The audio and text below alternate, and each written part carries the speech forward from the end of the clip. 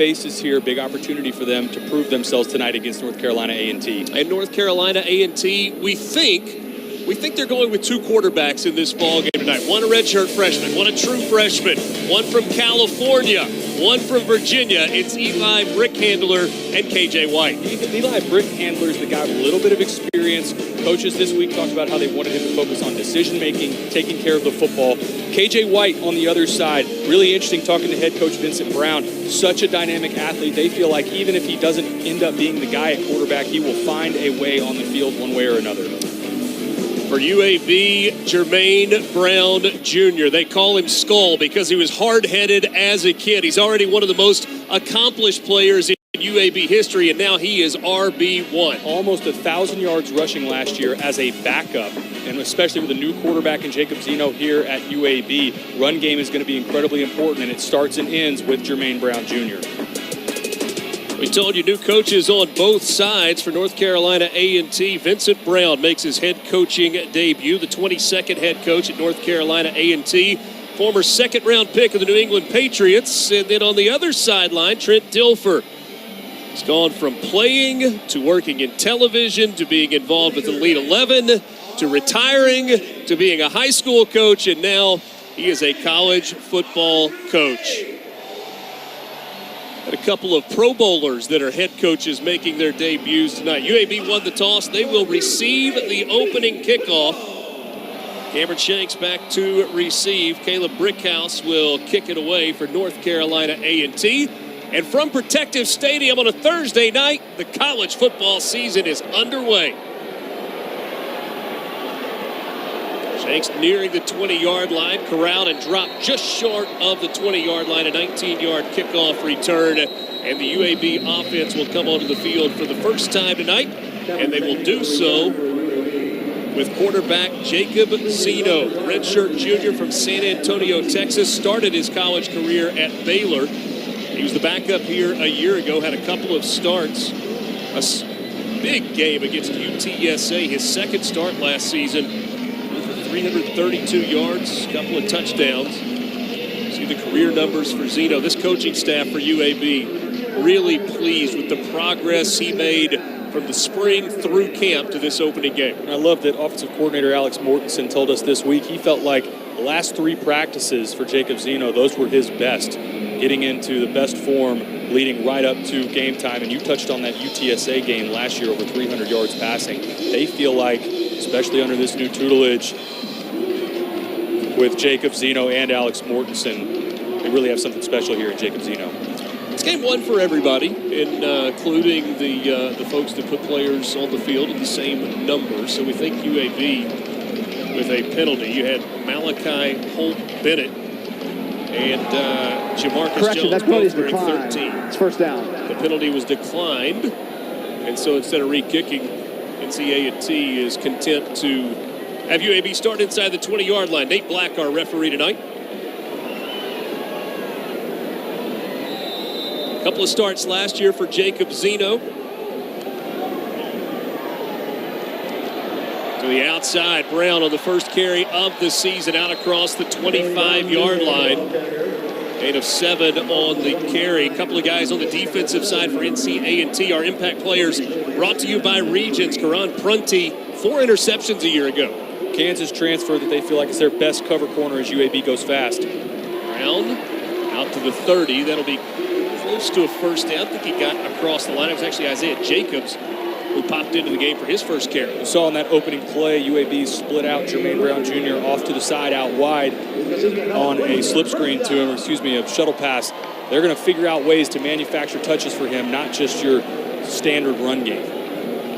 Jacobs stays in the backfield in the pistol formation behind Jacob Zeno. 2 plays and a first down for UAB on their opening drive of the season. Play action, Zeno with time, finds a receiver coming across the middle, out to the 45, gain of 16 yards on the reception for Tajon Palmer. Love the play call from Alex Mortensen. Get Jacob Zeno out on the edge, nice, simple 1-2-3 progression, works down to an over route from Tajon Palmer. Good first completion to get under Jacob Zeno's belt. Tajon Palmer, 30 catches a year ago. Jacobs straight ahead across midfield into Aggie territory for the first time tonight. Gain of 8 on first down there for Isaiah Jacobs.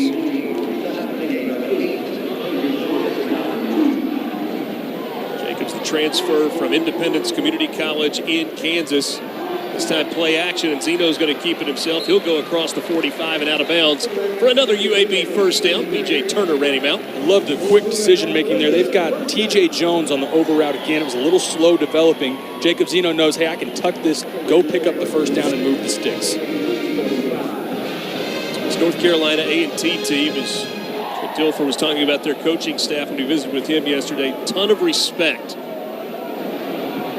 Jermaine Brown back into the game. He goes in motion. So an empty backfield as Brown is wide at the top of your screen. Quick pass near side. Strap hooks on the catch. Iverson strap hooks with his first reception of the game. And it's another positive gain on first down. 51 new players on this UAB roster. You mentioned that in the open. So a lot of new faces for Blazers fans. Pass incomplete. No flag on the play. Dangerous throw there from Jacob Zeno. That was the one thing when you watch that UTSA tape from last year. Could have had 3 interceptions in that first half. The decision making with the football was one of the things Alex Mortensen, offensive coordinator, talked about they had to improve. Been impressed so far though with the tempo from UAB. Anytime they have a chunk play, getting right on the ball, lining up and going again.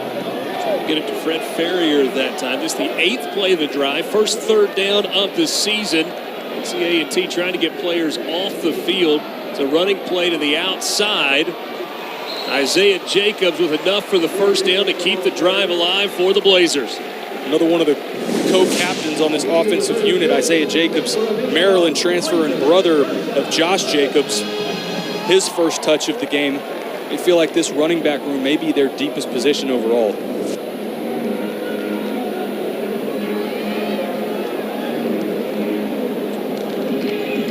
Rolling after the first down. The rules this year in college football, that clock keeps rolling until we get to the 2-minute mark of the second and fourth quarters.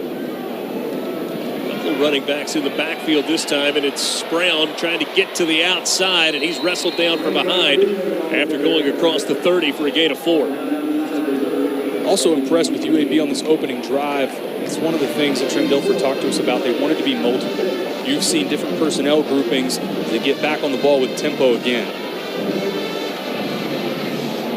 Brown is out wide. Jacobs is in the backfield. Play action to Jacobs. Now Zeno looking to run. And he's going to be close to that first down. Reached the ball out right as he was going out of bounds. Will depend on the spot.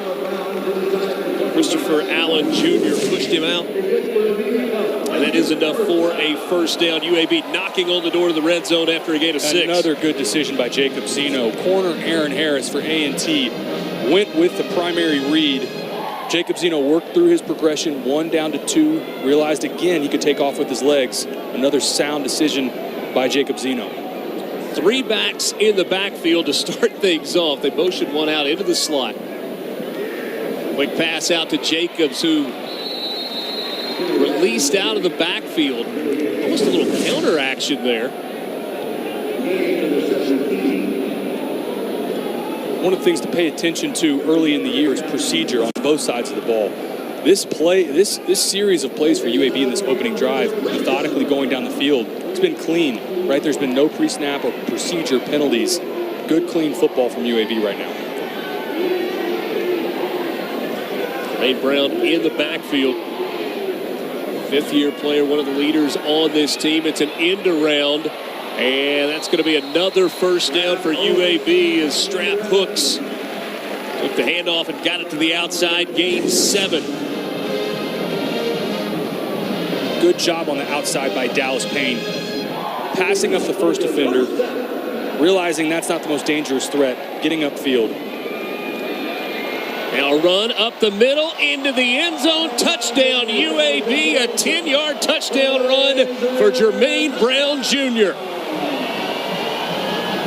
I don't think you could have dialed up a better opening series if you're Trent Dilfer. and what UAB just put on the field. Incredibly impressive what they just did. Marched down the field on this opening drive. Clean football like we talked about, and capped off by that key offensive player, Jermaine Brown Jr.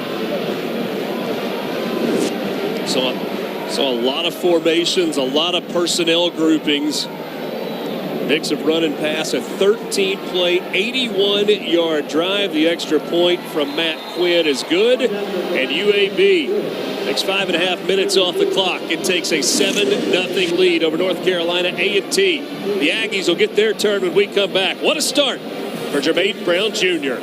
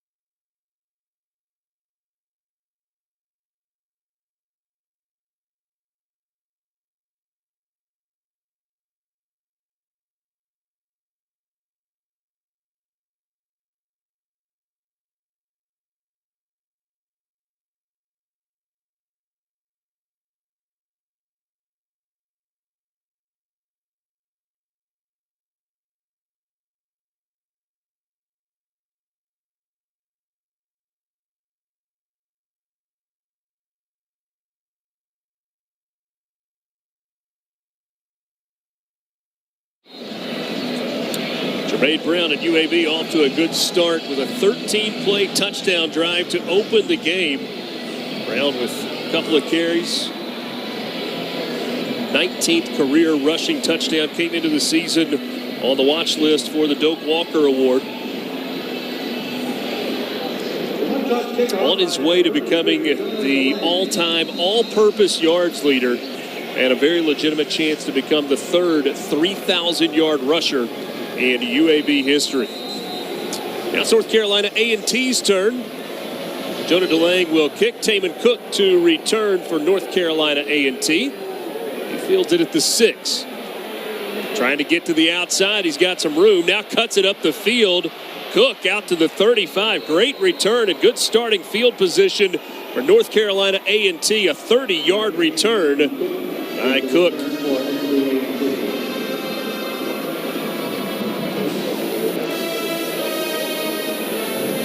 So for the first time, North Carolina A&T and the offense come onto the field with Eli Brickhandler drawing the start. The redshirt freshman from Stockton, California, had just 10 pass attempts a year ago. Played in a couple of games. He was a 5,000-yard passer in high school out on the West Coast.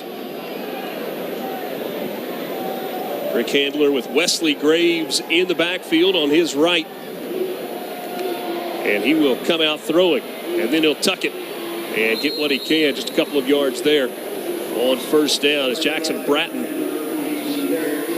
forced him out of bounds. Jackson Bratton A guy that new defensive coordinator Sione Tofo'o said has a chance. He has been a player. Now he's got a chance to be the player, the leader of that defense from his linebacker position. Gain of 3, 2nd and 7.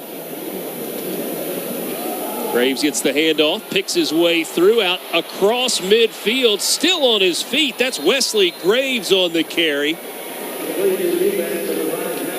Gain of 18, rushed for 320 yards on 68 carries last year. Really good job getting a hat on a hat up front by A&T in the offensive line. That's kind of the matchup that I'm looking for early in this game, that offensive line unit. The defensive line for the Blazers, that is the side that they feel like the strength of this defense, a matchup to pay attention to early in this game. This is the 9th time in program history that North Carolina A&T has played against an FBS program. They do have 3 FBS wins. Looking for another one. Rick Handler taking a shot down the field. That's well defended by Colby Dempsey. Take a look at our impact players once again, brought to you by Regions. Kenji Christian, a Penn State transfer. Tariq Stewart on the offensive line. And the brothers McWilliams, Mac and Fish. Fish on the defensive line. And Mac McWilliams back fully healthy as a defensive back. And 2 of the captains on this team. The only 2 captains on the defensive side as well. UAB named its captains the Fire Breather 5. Off to the outside. That's Kenji Chris, first carry of the ball game. Said Penn State, Virginia Tech transfer.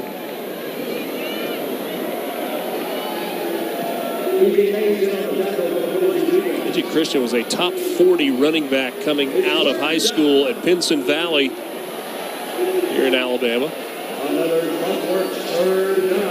Vincent Brown looking on from the far sideline. Handler from under center with a 3rd and 3 for North Carolina A&T.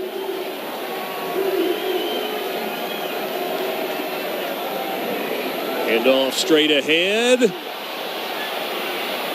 Good hard run, but not going to be able to get enough for Kenji Christian. I think the second effort there. Did he get enough? Got it. Got across the 35. That's what he needed to get, and he got it for the first down. Really good instinct. Stopped up right here, spins off of it, and it's that second effort right here. Lean forward. And I agree. I think he got to that 35-yard line. What an effort there by Kenji Christian. He's able to shake free of Jackson Bratton, who had the initial contact. So now from the 35, a first down for the Aggies. It'll be a fun night for Kenji Christian being back in his hometown. Play action to Graves. Brick Handler saw an opening and takes off up the middle. He'll slide forward for a short gain. Good decision making here as well. Opens up right in the middle. Pressure in his face off of his left side. Step up, get what you can get, and then get down. One of the things that I love talking to offensive coordinator Chris Young about Eli Brickhandler was, look, sometimes there's some Favrean throws, is how he described it. He's got that gunslinger mentality. They wanted to see him play within himself. Decisions like that, that'll make offensive coordinator Chris Young happy.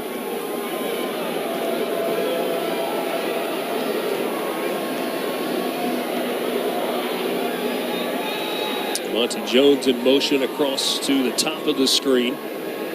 Blitz coming, and it's a handoff, and not much there for Graves. He'll get a couple to bring up another 3rd down. Jackson Bratton on the tackle.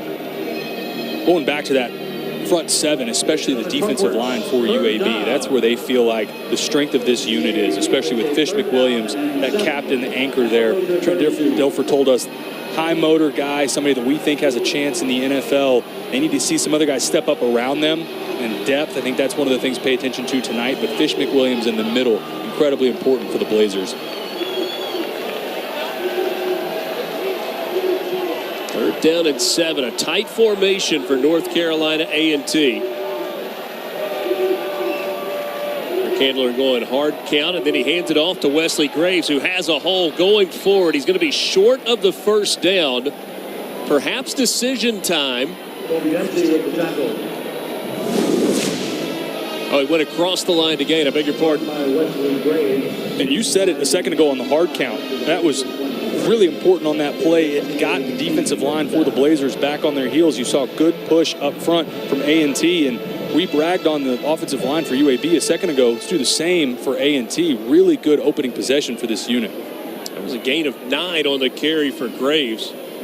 About a straight I formation. You got a fullback, have a helmet that comes off on one of the offensive linemen.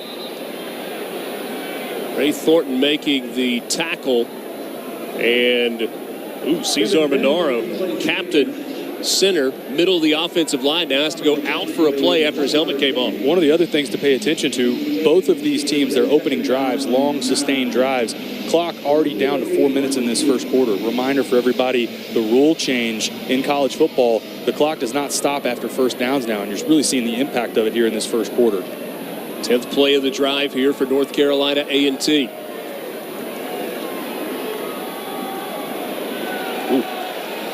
Graves hit hard that time. Tyreek Howard, the nose guard, wreaking havoc. And how about that? Your center goes out, and the nose guard blows the play up on the very next play. Got some extracurriculars at the top of the screen, but reading Desmond Little, the rush in coming off the edge, thought Eli Brickhandler might have pulled that ball. Looked like maybe he had an opportunity to keep that. Sets up the first long third down for A&T. Charlie Dixon is in the backfield alongside Eli Brickhandler. A&T is converted twice on third down. They've got 3rd and 10 here. Brickhandler, quarterback draw. It's across the 20. It's dropped after a gain of 4. Again, Jackson Bratton, who's been very active on this opening drive. Big play by Jackson Bratton and also Fish McWilliams. This is a great play call by Chris Young. Got man defense on the backside. Love calling a quarterback draw there. If you get past that first level, a lot of times that's where you see quarterback draws bust for big gains because defenders are locked up with their receivers. But good job by UAB getting their defense off the field. Owen Daffer, the East Carolina transfer, on to try a 37-yard field goal straight on. Daffer was a good kicker for East Carolina, and he drives this one down the middle. Had a couple of key misses. Confidence got shaken. Good to see him make his first field goal of the season. Both teams score on their opening possessions.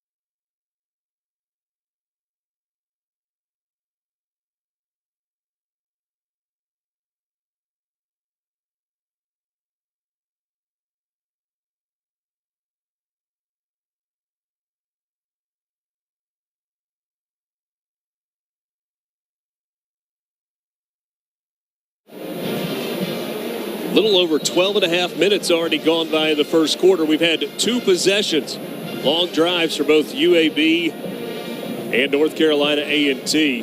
12th place, 45 yards, 37-yard field goal, capped it by Owen Daffer to get NC A&T on the board. First time in 3 years that the opening game opponent has scored a point against UAB. Last happened in 2020 after pitching shutouts in the last 2 seasons in the season opener.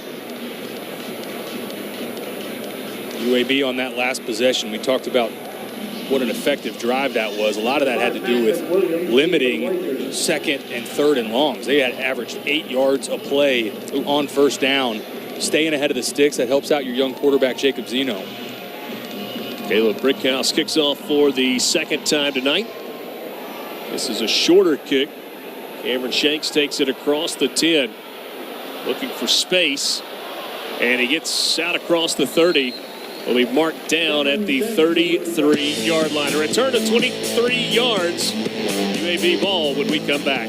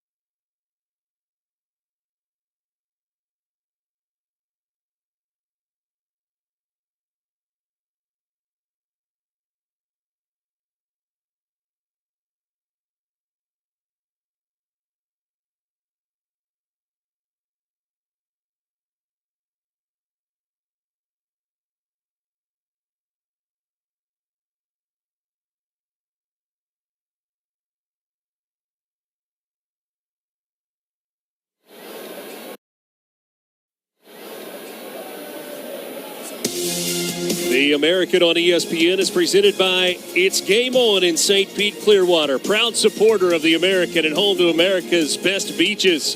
Find all the action you're looking for at visit stpeteclearwater.com. Protective Stadium, Birmingham, Alabama. Opening night of the first full weekend of the college football season.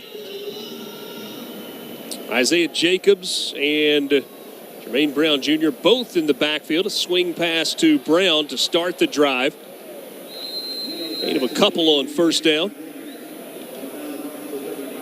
I love these opportunities early in the game. Alex Mortensen figuring out ways to get the ball in the hands of Jermaine Brown. We saw the pop pass earlier there. A simple screen game. Get Isaiah Jacobs out on the outside as the lead blocker.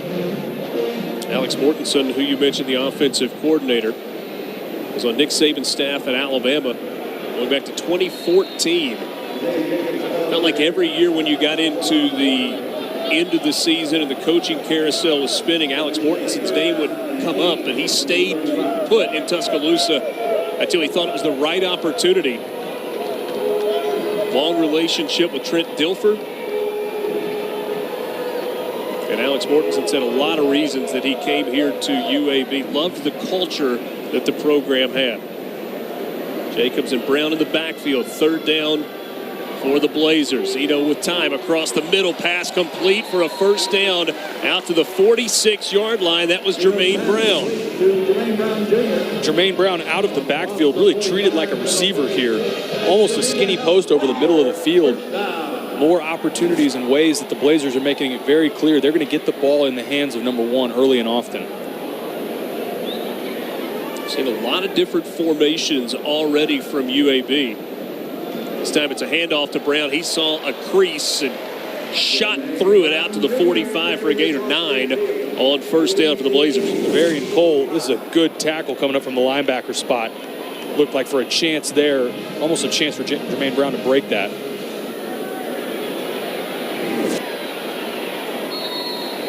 Third down coming up. A loss on that play. Ty Williams Jr., the strong safety, coming up. Another good making the tackle. Sorry, Rich. Another good sure-handed tackle from Ty Williams coming down. Both of those plays right there get you to a third and short. Really good open field tackling by Varian Cole and Ty Williams Jr.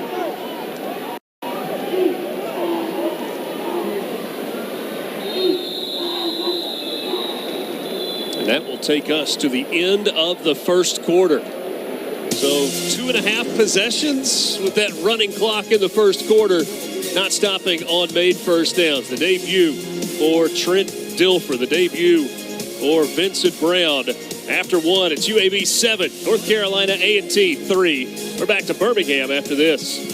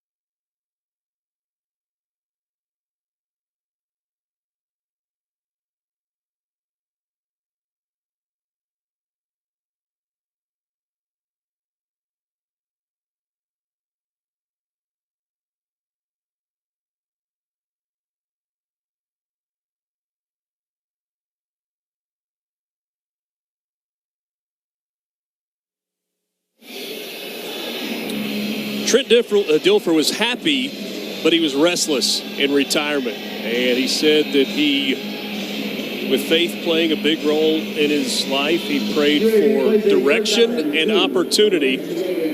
And he ended up in the coaching business, first at the high school level.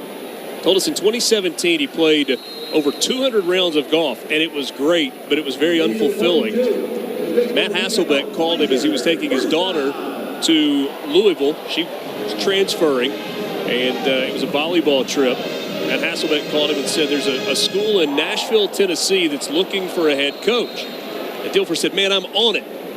But he thought he was looking for somebody to help them find a head coach. Right. Hasselbeck called him back an hour later. He's like, no, Trent, they want you to be the head coach. And he laughed at him. He just laughed it off. He said, well, you got to at least go say hi to them just kind of to be nice. Goes for a meeting in Nashville at Lipscomb Academy.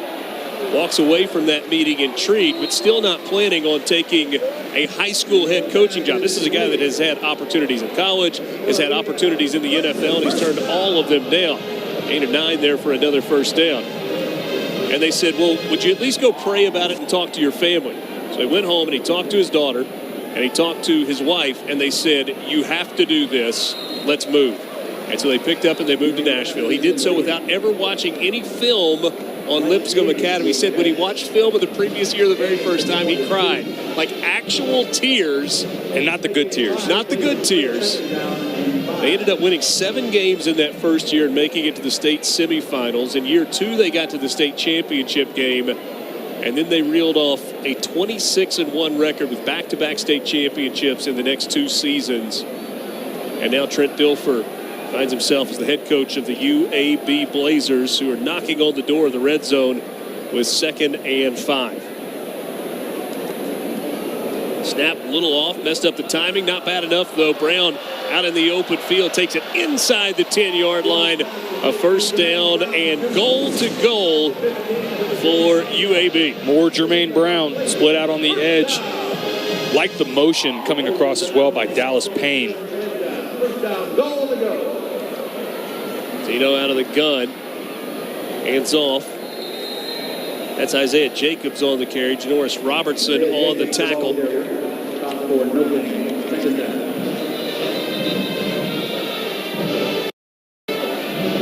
for North Carolina A&T, slow getting up. I think that's Mitchell Etheridge. Mitchell Etheridge, the third, number 37 down. Anytime a guy goes down like this early in the season, you just hope it's a cramp. A warm night, but not nearly as bad as it could be. He's hurting. We'll take a timeout. We're back right after this.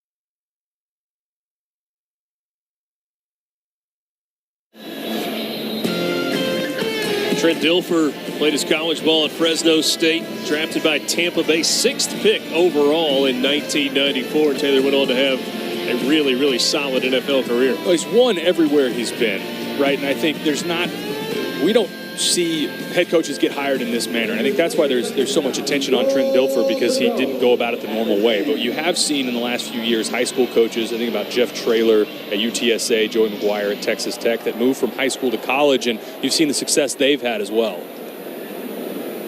Zeno 11 of 12 throwing the football, but he pulls it down here, takes off running, spins his way across the 5-yard line, and we'll have 3rd down coming up. So far tonight for UAB, 12 pass attempts and 13 run attempts. Really balanced, a lot of different personnel groupings. You've seen motion, tempo again, which we get right now.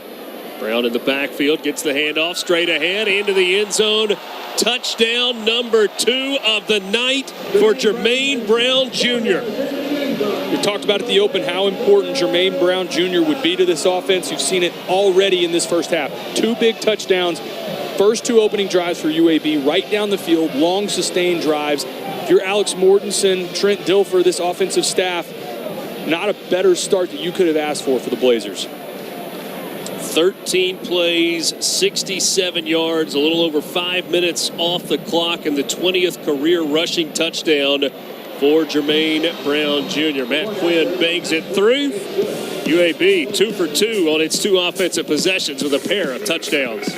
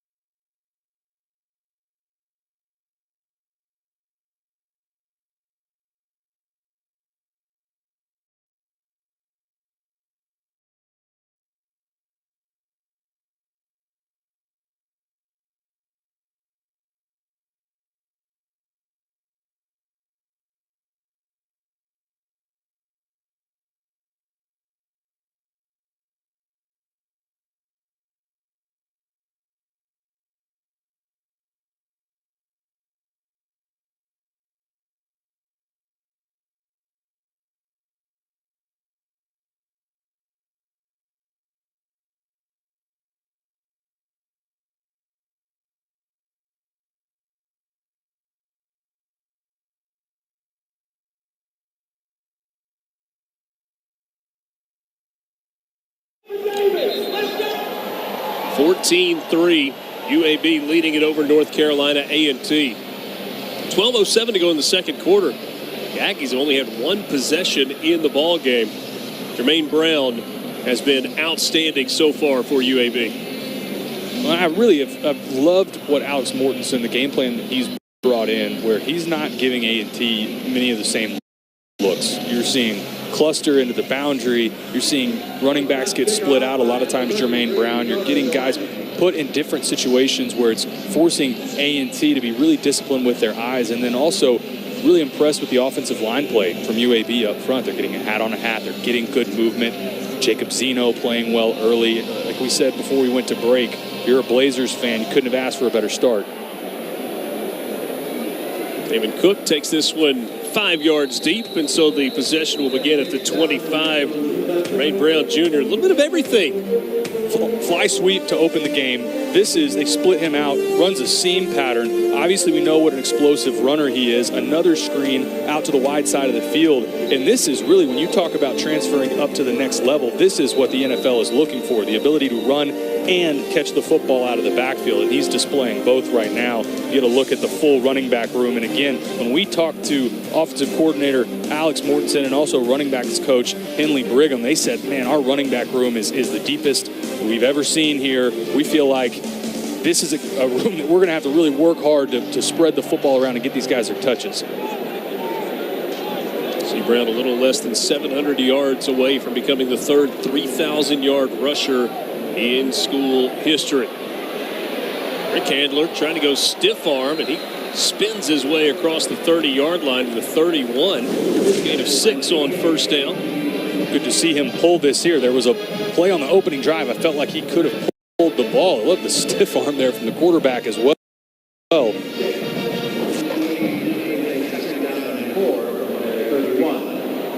We expect to see K.J. White in this game tonight at some point. Vincent Brown of the coaching staff at A&T told us you will see him this year. Probably in the first game, but they also wanted to see how Brick Handler handled it. He pulls this and runs for a first down across the 35. Jackson Bratton on the tackle for UAB. Look for A&T here soon to take some sort of shot play. UAB's playing a lot of single high safety, a lot of bodies close to the line of scrimmage. Obviously with A&T running the football as much as they are right now, get those bodies close to the line of scrimmage. Expect some sort of counter off of that. So play action, try and take a shot over top.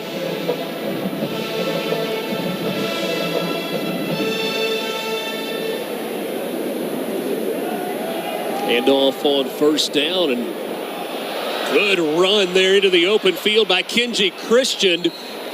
Goes across the 40 in UAB territory, wrestled down at the 39 after a gain of 26. That's the second time that Kenji Christian has done a great job breaking the first tackle at the point of contact. This time breaking a tackle from Jackson Bratton, who we've talked about has had a good first half. But love the effort from Kenji Christian at the point of contact, breaking off, spinning away, breaking it into a chunk play.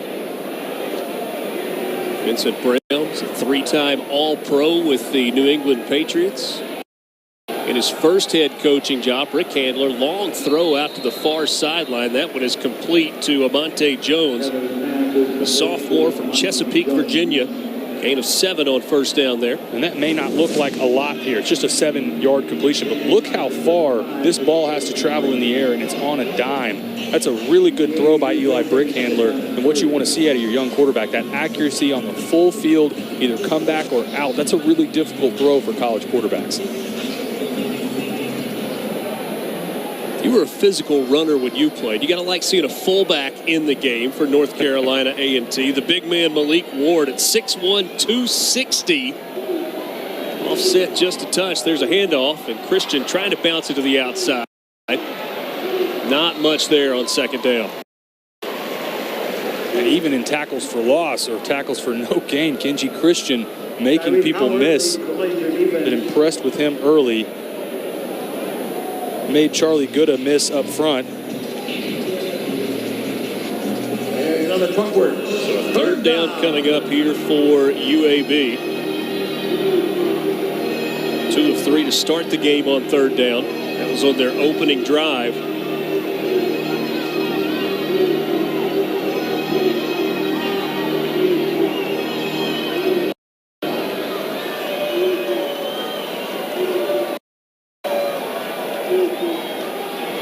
Candler in trouble, able to stay on his feet. Pass is incomplete. Good coverage.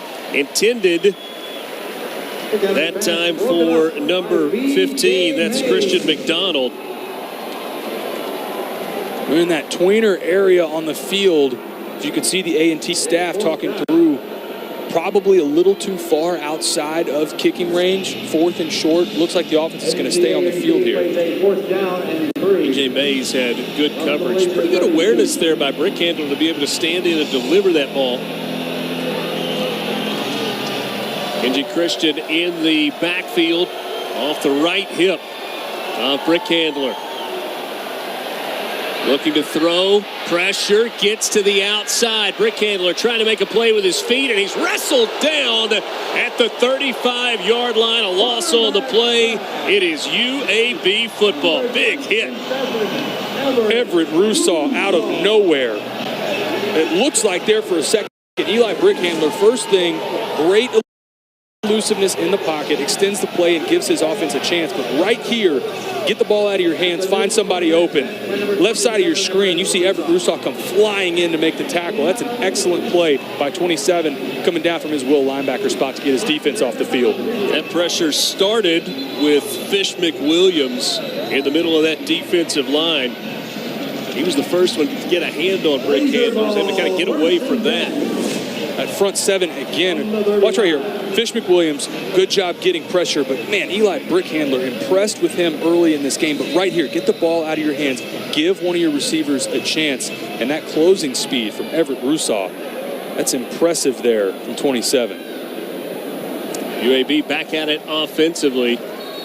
Jacob Zeno, let's talk about him for a second. Coaches said the last 3 days of practice were the best 3 days in the last 9 months. They said he was confident, arm looked alive, very comfortable running this offense. What have you seen from him so far? I think he's operated this offense really effectively and really as a leader, the point guy, what you expect out of your quarterback, right? He's the point guard here, getting everybody lined up in and out of these different personnel groupings. They're on time, no procedure issues, and then most importantly, taking care of the football. Really, through this first half, has only had one errant throw. 12 of 13 for 85 yards. Zeno keeps it. He's got a lead blocker, and he'll go out of bounds without taking a hit, picks up the first down. Bryce Damus out on the edge. Really good job and patient running by Jacob Zeno. There was a chance where he could tuck this ball up the field right here. You see how he sort of slow plays it on the right side of the screen. But a good job again by 48, Bryce Damus getting out in front as the lead blocker. UAB 2 possessions, 2 touchdowns. This pass is complete. TJ Jones on the reception, and he's brought down. He goes across the 40-yard line. I think one of the things I love to see out of wide receiver groups is the ability to block well on the perimeter in the screen game. We've seen a lot of that early in this game. It's effective and really important if you're going to be effective in that screen game. Play action. Zeno looking to take a shot down the field. He completes it at the 25 down to the 22-yard line. Tajon Palmer on the reception. His second catch of the night. This one good for 18. Now this is an Alex Mortensen special that they pulled from Alabama. It's a pivot off of a levels concept. Tua was incredible at this at Alabama. You got to protect a long time for it. That's why a lot of people can't run it. But a really good job in progression there by Jacob Zeno. Love to see the progression of them taking that concept from Alabama and implement it here at UAB. 191 yards of offense so far for UAB. 2 drives, 2 long drives, resulting in a couple of touchdowns. And I think they're taking a look here to see if that was, in fact, a fumble. With the review on the field, we'll take a timeout. UAB in front.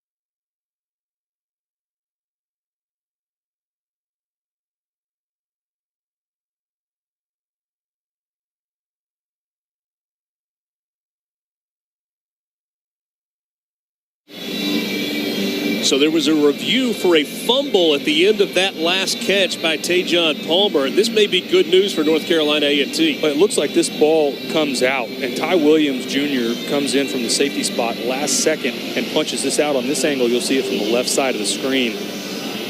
Right here, and this is before Tajon Palmer's knees have hit the ground, or knee has hit the ground, and that ball is out. Immediately when this happened, the A&T defenders started pointing in the opposite direction.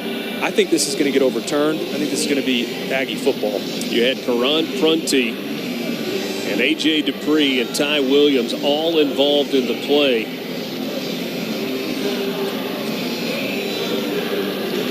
We're going to hear from our referee in just a moment, Nate Black, after the long review. After further review, the runner lost firm control of the ball prior to his knee hitting the ground, with a clear recovery and immediate action by the defense. We first down, North Carolina A&T.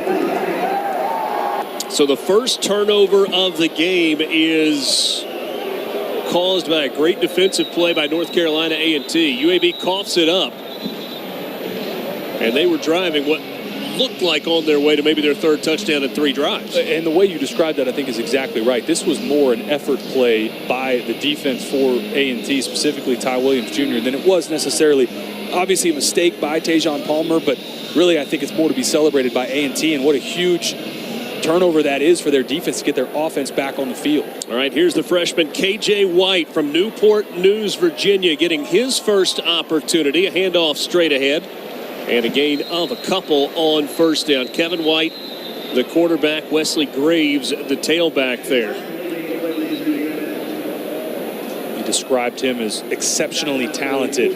Like we talked about at the Open, they feel like there will be a spot for him somewhere on the field throughout the season. Even if throughout the year Eli Brickhandler is the guy at quarterback, he's just too good of an athlete to not include in some capacity. Chris Young, the offensive coordinator for North Carolina A&T, told us that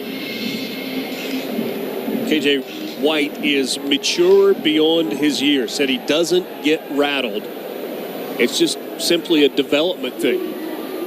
And they said some of that development may have to happen on the field. Third down coming up here for A&T. And a third and medium. Test the play calling here from Chris Young with your now true freshman quarterback in the game. Do you allow him try and throw for this first down, or will we see him use his legs to try and pick this up? So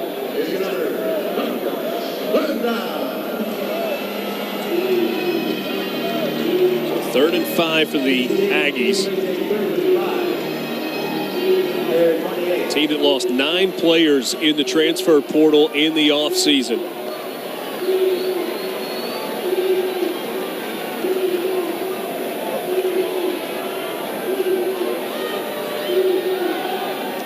To throw, feels the pressure. You see some of that athleticism, but pretty good athletes in green jerseys as well. Forced out of bounds, well short of the first down, and so punting time for North Carolina A&T. There goes Jackson Bratton. Look right in the middle of your screen.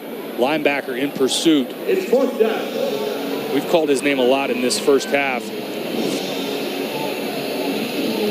Good job by that UAB defense as well, bailing out your offense. You can get the turnover, get a good quick 3 and out, get your offense back on the field. Outside of that fumble, really that's the only blemish for the Blazers in this first half. 7 tackles in the first half for Jackson Bratton. First punt of the ball game, and it is not a very good one.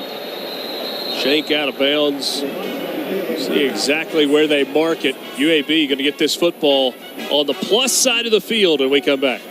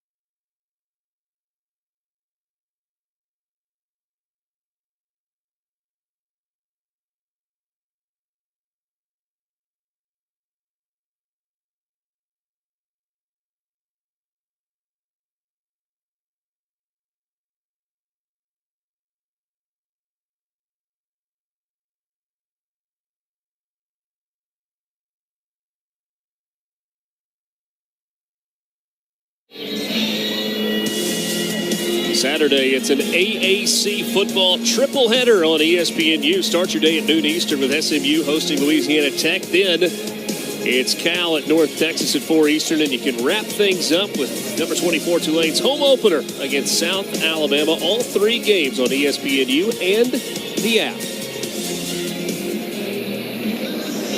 Alongside Taylor McHarg, I'm Richard Cross. 4:30 left in this first half. Protective Stadium in Birmingham. What a night for Jacob Zeno. 14 of 15 so far for 109 yards in his season debut. On the ground, that's Jacobs. Positive yardage on first down. He'll pick up 4. We've seen more odd front or 3-down linemen for A&T than I think we were expecting. And really, I think that's part of why UAB is running the ball so effectively. There's only 3-down linemen. You're not getting a lot of pressure from the linebacker spot from A&T as well. Jacobs in the backfield with Zeno. Jermaine Brown in motion now, coming toward the backfield. And it's Brown that gets the handoff, trying to get to the outside. Gets his way across the 40. Down to the 37, picking up 3rd and short. 4 there for Brown.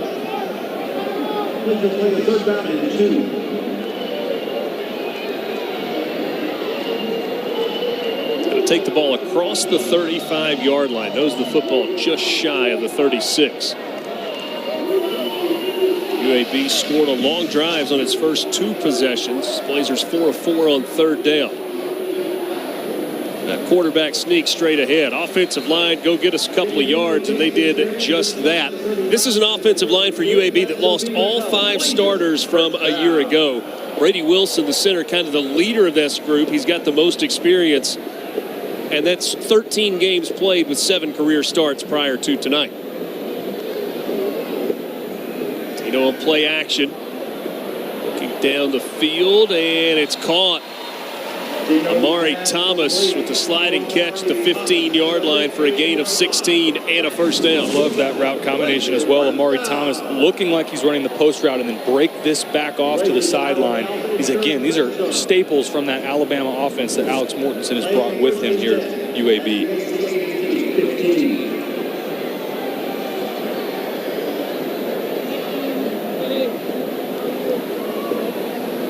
Quick throw, far side, bubble screen, and that is defended well by the Aggies.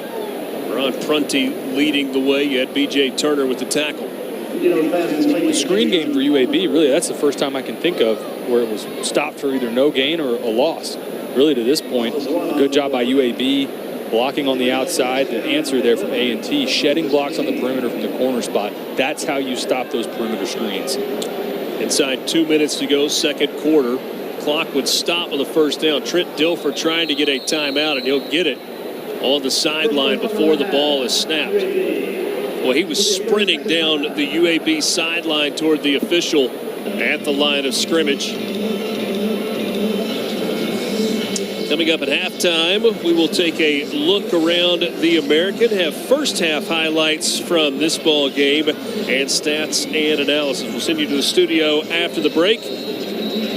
It's the ESPN Plus halftime report presented by Regions Bank. Other than the turnover, Trent Dilfer going to feel pretty good about this first half? I think you have to. I mean, it's been very clean. Like you mentioned, the turnover really the only blemish, but on both sides of the ball, I think the offense specifically, very few mental errors, clean football. The defensive side, the only thing I think you can really point to would be open field tackling. We've seen from the running back spot, A&T with Kenji Christian making people miss. I think that's the spot that if I'm on the defensive side, I'd really want to focus on. Swing pass, that's Jacobs on the catch, dragging guys down to the 15-yard line. Varion Cole shedding blocks again. We just talked about how you shut down those perimeter screens. This is a guy that Josh Zeidenberg, defensive coordinator for A&T, said this is one of our best players. He's going to be special for us this year. You got a glimpse of it right there. Cole, one of just 3 returning starters from a season ago for A&T. 8 different receivers have a catch in this ball game tonight. There's a flag Penalty marker on the play. That is the first flag of the game. Offside.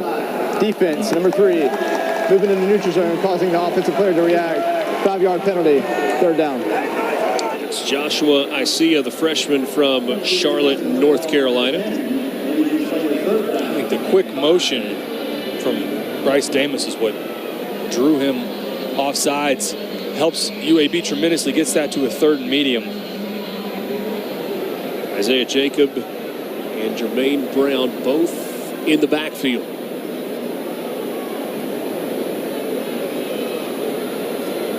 Zeno changing the play. Brown releases, and the handoff is to Jacobs, and he goes across the 5-yard line for a first down. 1st and goal for UAB on a carry of 6 yards with 52 seconds left in the first half. That's the faith that they have in this running back room. You use Jermaine Brown almost as a decoy, bring him out and motion back.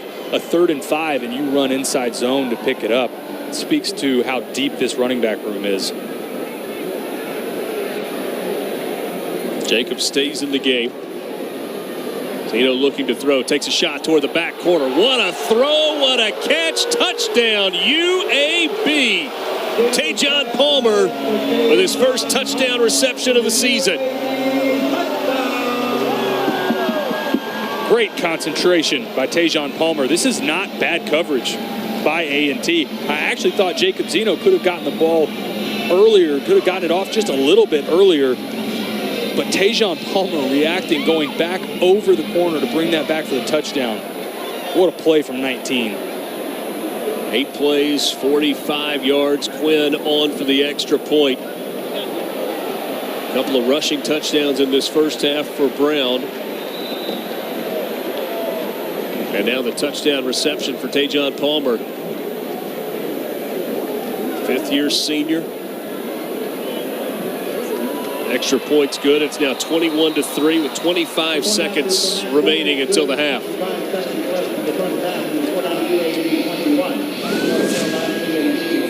All right, here's your throw. I thought, again, this could have gotten out just a little bit early. It's in a good spot. But, man, I mean, really, this is about Tajon Palmer. Going up, high-pointing the ball, keeping it up and away from the defender. Get another look at it here. Has to come back a little bit. The coverage from Ty Williams Jr. is not bad. He's in a good spot. It's just an incredible play there by Tajon Palmer. Palmer was honorable mention All-Conference USA last season at 30 catches, a couple of touchdowns. Jacob Zeno, what a start to the year. 18 of 19 for a $129 and a touchdown in the first half. It has been in total control. Like we've talked about, they've mixed up their looks quite a bit. The screen game has helped a lot, there's no doubt. But when they've asked him to take the downfield shot plays, he's hit them. And that red zone completion for a touchdown to cap it off, I think that'll feel good going into half as well. Cook watches this one go into the end zone. So out to the 25-yard line. Just 25 seconds remaining in this first half.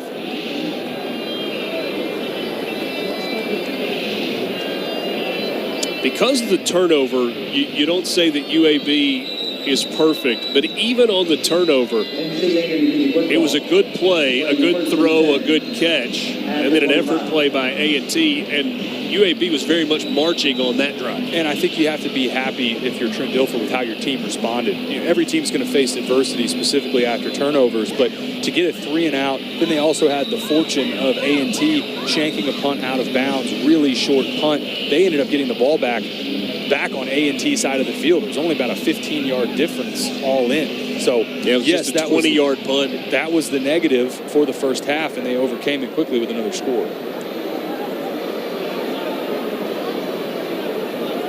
Rick Candler gives it to Kenji Christian, and that may do it for the first half.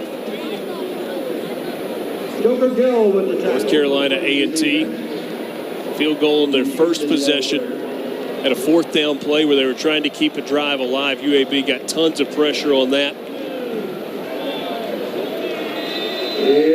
And then couldn't do anything. Had the 3 and out after forcing the turnover. Zeno, a monster first half, 18 of 19 for 129 yards and a touchdown. Pretty good for Trent Dilfer. Dilfer and UAB in game number 1. Good for Trent Dilfer, really good for Jacob Zeno. That was who I think you and I had our eyes on specifically as a young quarterback. I thought he operated that offense really well. Be interesting to see how much we see him in the second half. It is now time for us to send you to the studio in the ESPN Plus halftime report presented by Regions Bank. Here are Kit and Steve. The Blazers return to the Directive Stadium on Saturday, December.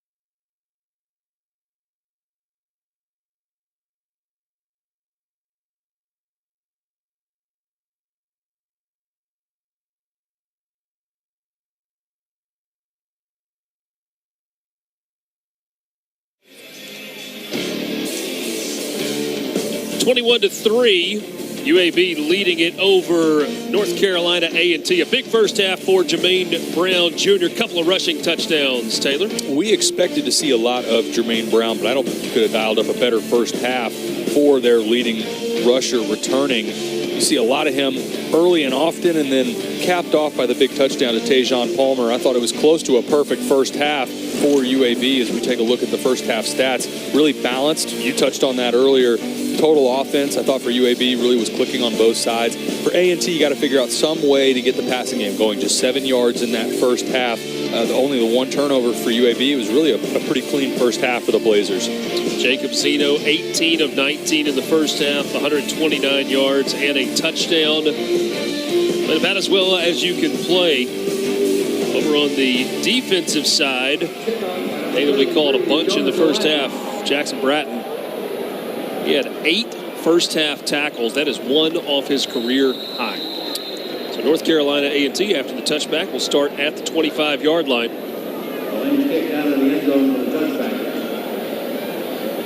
NC A&T football. Alongside Taylor McCart, I'm Richard Cross. Good to be with you on the opening night of the first full weekend of college football. Got a little bit of an appetizer last weekend. Florida and Utah playing tonight over on ESPN. Utah leading that game 17-3. That's at halftime out in Salt Lake City. Eli Brickhandler back out to start this second half at quarterback. You got 1 series from KJ White in the first half. Blake Ward is in the game, big fullback.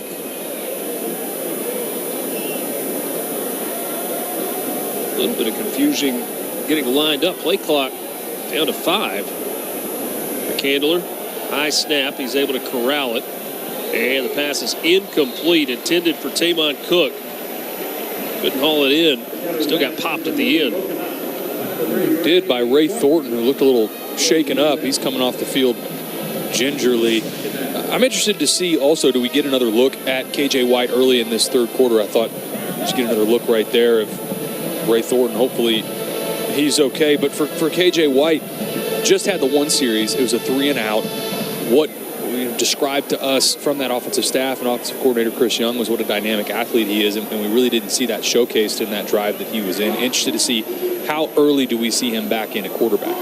Back on the ground for A&T, and Kenji Christian is dropped after a very short gain. Actually, it's going to be a loss of a yard. A.J. Brown from the star spot, flying downhill. That team pursuit looked like Everett Russaw that we saw in that first half on that 4th down. The team speed for UAB showcasing again. 2 of 5 on 3rd down of the first half for the Aggies. 3rd and long here. Brickhandler being pressured. It's away and is popped. Driven out of bounds.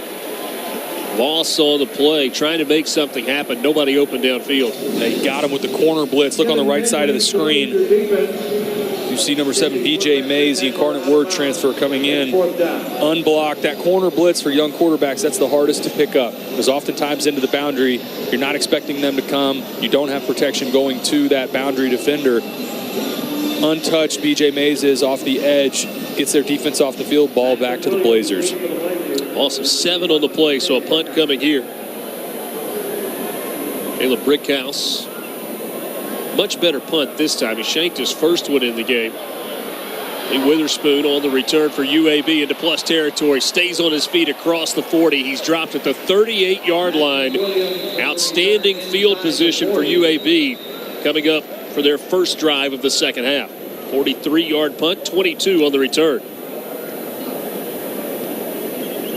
Penalty down back almost to the 13-yard line. Personal foul. Leaping. Receiving team number 23. 15-yard penalty. First down. They changed the positioning of a couple of the referees on the field. Do you see the leap in there? There it is. Clear as day. It's a player safety issue. And it's really a player safety issue for the person that's jumping. It's not so much for the punt team or protecting the personal protector or the punter. It's really for that the defensive player, offensive player turned defensive player that's jumping. Oftentimes, and you saw the fall there, they're trying to eliminate the injuries that came from that exact play. Need to make a correction. That was Mac McWilliams on the punt return. All of that for naught. Regardless, it is a new set of downs for North Carolina A&T. So a costly penalty for UAB. And really one of the first mental errors that we've seen from the Blazers all night. So Brick Handler back out on the field.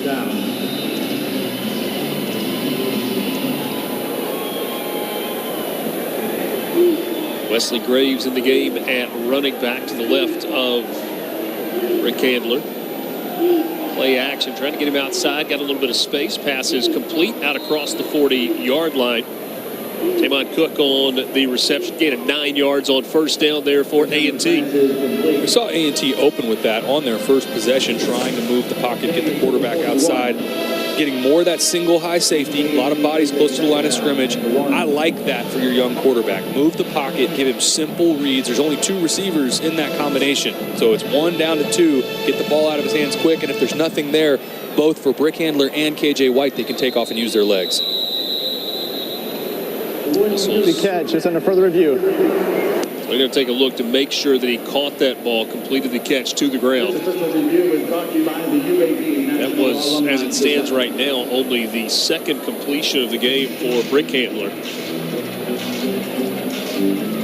With the review, we'll take a timeout. 12:45 left in the third quarter. UAB in front, 21-3.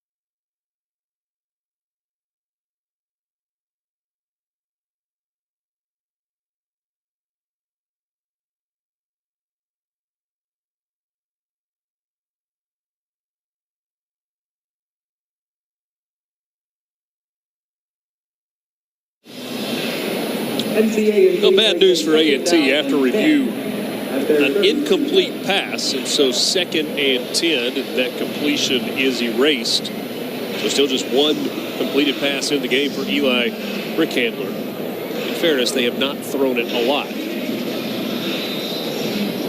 18-point lead for UAB with 12:45 to go. Still the opening drive of the second half for NC A&T.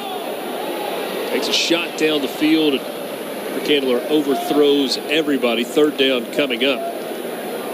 It forced there from Eli Brickhandler, and like you just said, they're trying to get something in the passing game going, but the corner bails. Tamon Cook is the drop-off receiver. That ball needs to go out to 18, Tamon Cook right now. But I get it. It's a young quarterback. They're trying to make something happen, trying to get some momentum in the passing game. But if you're Chris Young trying to instill this in your young quarterback decision-making, take the checkdowns when they're there. Colby Dempsey was step for step in coverage, had safety coming over the top as well. So third and long for North Carolina A&T. Rick Handler pressure, swings it out far side. That's a completion and going to be short of the first down.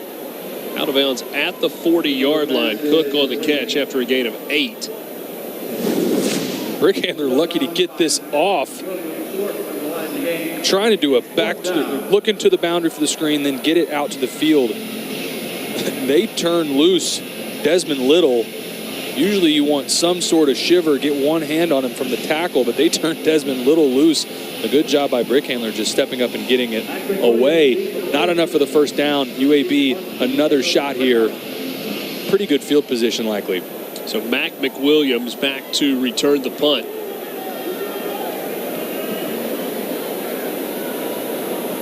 Good punt this time. High spiraling, drives McWilliams all the way back to the 10-yard line. And that's where UAB will go to work offensively. A punt of 50 yards with no return.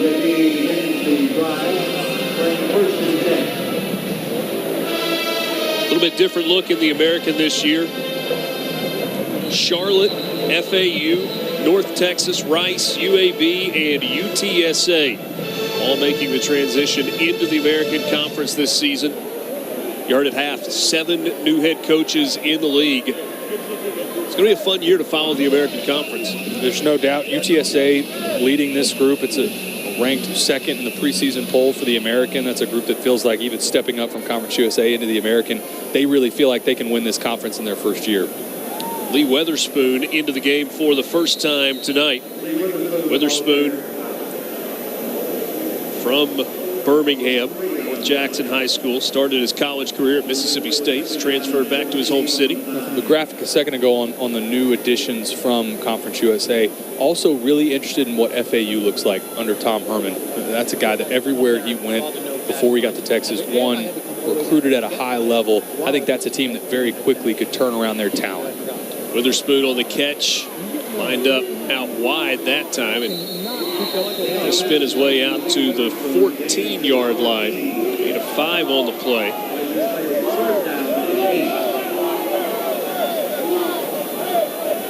Witherspoon comes out of the game. Isaiah Jacobs is back in.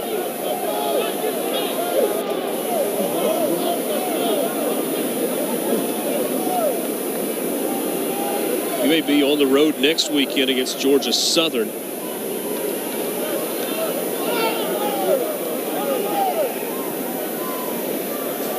Trouble. Flipped away. And not much happening there. Jacob Zeno trying to make something happen. He did avoid the sack. Pressure that time from Darius Glover in the middle of that defensive line for A&T. And A&T returns with their own version of a corner blitz. They bring Karan Prunty from the boundary. He's really what starts this pressure. You can see Jacob Zeno starting to get a little bit of happy feet. Good job getting the ball away to Isaiah Jacobs. You know, one of the things we didn't talk about, that first half, all the completions that Jacob Zeno had, really effective first half, but they were all short completions. Averaged just 7 yards of completion, not really testing A&T downfield. You saw there on a 3rd and long having to take more of a shot play and weren't able to get it off. Patrick Foley punts it away. First time that UAB has punted in this game, and good field position coming up for North Carolina A&T when we come back.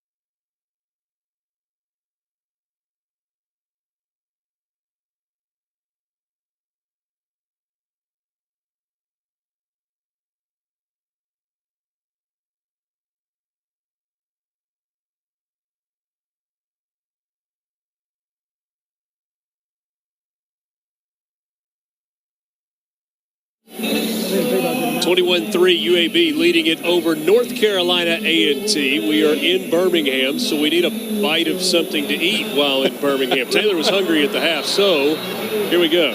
How about Conecuh sausage dogs? We get the onions and the peppers on there with a nice little spicy mustard. This is just for you, courtesy of the chef here at Protective Stadium. This looks fantastic. You got to go mustard on. Let's get some of this on here. Get some on yours. There we go. I appreciate fine folks from the Protective I'm going to wait and not eat on camera. All right, I'll do it on camera. There you go. So Conecuh sausage, loved locally. What do you think? Pretty good. Not too bad. It really is awkward when you eat on camera, isn't it? But it's good. KJ White back into the game. He's taking a shot deep down the field. Nobody home. Flag comes in. And that may be a penalty on UAB. Here, go ahead. You got the little cutting board. Oh, you want me to do it on go camera ahead. also? Yeah. No. Big hot dog guy. Pass interference. Defense, number 16. 15-yard penalty and an automatic first down. All right, so the first down for North Carolina A&T. Here we go. It's good. The mustard, good touch. Really nice. 10 out of 10. Would eat again. Big fan. Yeah, that's good stuff. Thanks to the folks at Protective Stadium. The Conecuh sausage dogs. You make it in town for a UAB game, highly recommend. Especially with the onions and peppers. Graves on the carry, and he is wrestled down for a loss. Michael Moore.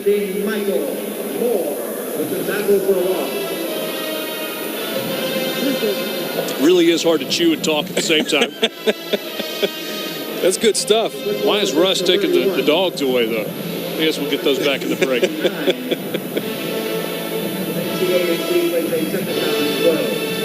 Second and 12. You like just on the fly, bite of Birmingham? A little alliteration there for you.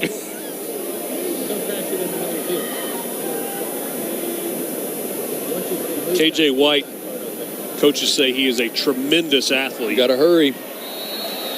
Not going to get this off in time. And that's some of the development that they're talking about with the young quarterbacks. Offense, number 10. 5-yard penalty, second down. And it happens. You're right. It's one of the things that, especially when you have quarterbacks that are splitting time like this, going back and forth, trading series, it's hard to get in a rhythm. Freshman quarterback, one of the things, you have got to be the guy that is keeping track of the play clock. He'll learn from that.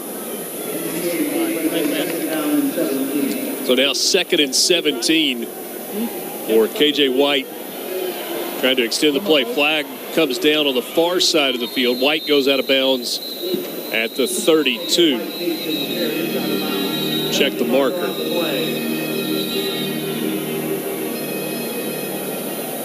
We're to get defensive offsides here. Okay. Get that penalty yardage back from the delay of game.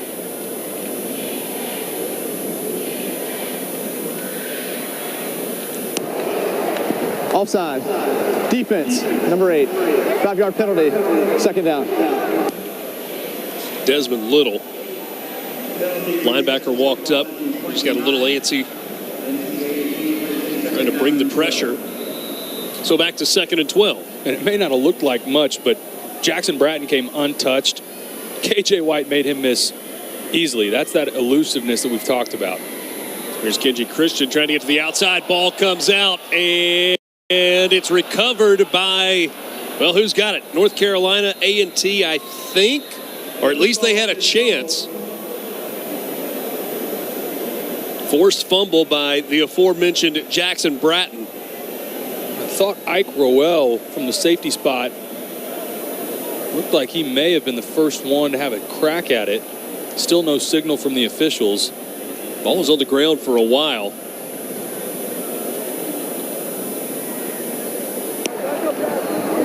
The ruling on the field is a fumble. It was recovered by the defense, but the defender was out of bounds. By rule, the ball will be returned to the spot of the fumble. It's third down. A break there for the Aggies, as you hear from our referee, Nate Blake. Kenji Christian hit there and struck by Jackson Bratton, who we've called his name a lot tonight. I think it's interesting that they're saying it was recovered by the defense. As best we could tell, it looked like Nicholas Dobson from A&T is the one that came out of the pile with the ball. Damian Miller causing the fumble. There at the end. Looked like Howard was in bounds, right. but regardless, A&T football and a sack. Back to the 30-yard line. That is a loss of 3 yards. Nakia Eason Jr. records the first sack. Coming off the right side of your screen, just beats Tariq Stewart, the West Virginia transfer. A really good individual effort there. Sets up a 4th and long. We'll get a field goal attempt here from A&T from distance. It's a 49-yard try for Owen Daffer. The 48-yard field goal attempt by Owen Daffer. He scored 96 points 2 years ago at East Carolina. He hits this one well, but not well enough.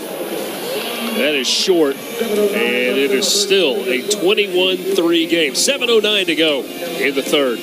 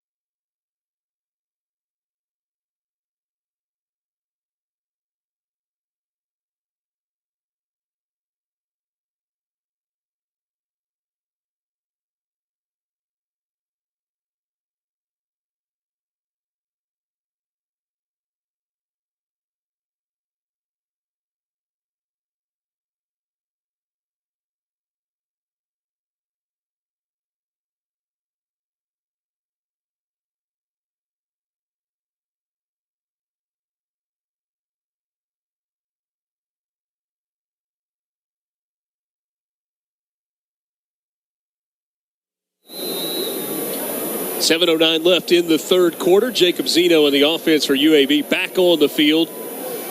Same scores we had at half, 21-3. Zeno with a handoff, and that's Jermaine Brown. Look at Brown go out across the 45 to the 46-yard line. A gain of 15 and a first down for the Blazers. And good vision from Jermaine Brown Jr. It's set up to the play side, to the field. Watch this, stick the foot right in the ground, work back, cut back lane, and get vertical. I mean, he really has done everything well tonight. Everything they've asked of him, run game, catching the ball out of the backfield, good vision. He's just a complete back.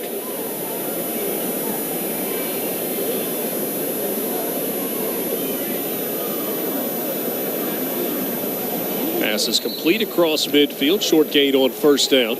You saw Zeno frustrated with himself there. Puts the ball on the back hip. Receiver has to go down to catch that. He knows you put that on that upfield shoulder, it gives him a chance to get upfield, get some yards after catch. Iverson Hooks on the catch for UAB.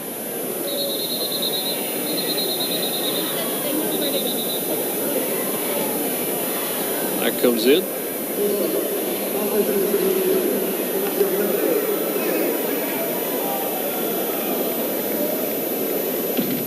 Penalty recess to football at the 45. So a gain of 4, then a 5-yard penalty. So 2nd and 11.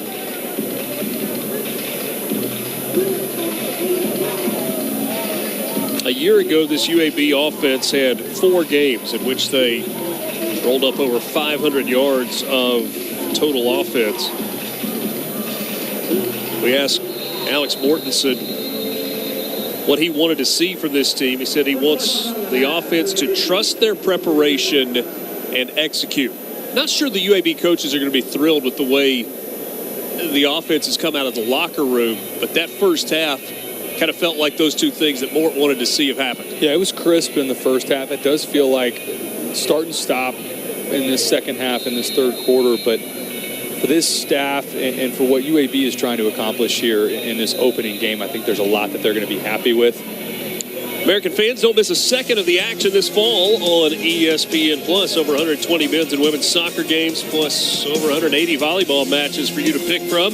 ESPN Plus is also the home of AAC all-access features, including Mining for Greatness, following Charlotte football all season long. Catch the action right here on ESPN Plus. Dump-off pass complete down to the 45-yard line. That is close to a first down. That was Dallas Payne making the catch, the tight end. I think one of the things I've also been impressed with tonight is Jacob Zeno targeting a lot of different guys in this offense. It hasn't just been Jermaine Brown as we get tempo on 3rd and short. Across the 40, that's a first down. Isaiah Jacobs on the carry. Jacob Zeno is connected on 19 straight pass attempts.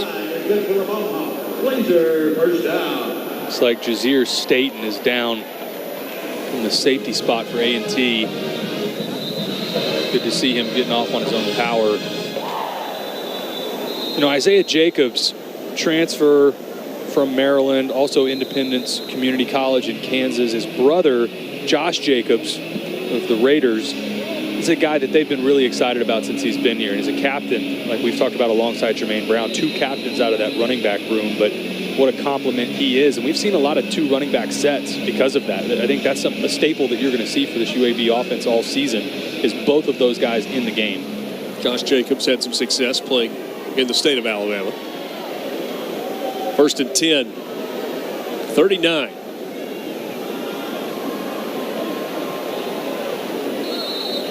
Another good first down carry for Isaiah Jacobs. Down inside the 35 at the 34.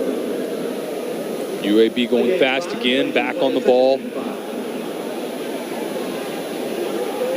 Jacobs averaging a little better than 4 yards a carry. They fake it to him. Shot down the field. Got a chance. Touchdown! What a great throw by Jacob Zeno to T.J. Jones. A 34-yard touchdown pass. The only thing we hadn't seen tonight, right? The deep shot play over the top. They finally hit it. Good, patient play action. And this ball could not have been more perfect from Jacob Zeno if he had walked it down there and handed it to T.J. Jones. Second touchdown pass of the night for Jacob Zeno. Trent Dilfer and the offensive staff went back and watched some of Jacob Zeno on the field a year ago. They thought they saw the potential to be really good. That UTSA game in particular, where he threw for over 330 yards in his second start, kind of provided them what they needed to see. And Trent Dilfer used interesting language. He said, we're not going to have a quarterback competition. He said, we're going to have a quarterback revelation. Maybe a little coach speaky, but he said, our starting quarterback is going to reveal himself to this team. And Zeno did that in the offseason, and he is paying that decision off on opening night. Absolutely, and that piece that we just saw, the deep ball, really was the only thing the offense hadn't displayed yet. We talked about how short those completions were in the first half, just averaging 7 yards a completion. At some point, this offense will get tested. It may not be tonight, but they will be tested where it's not just quick games and screens. And if you're a Blazers fan, you got to be happy to see they have the ability to hit that shot play, and look how accurate that was from Jacob Zeno. 23 of 24 180 yards, 2 touchdowns. Look, I'm not smart enough to know how exactly to calculate quarterback rating, but his is 186.3 tonight, and I think that's good. Is that good?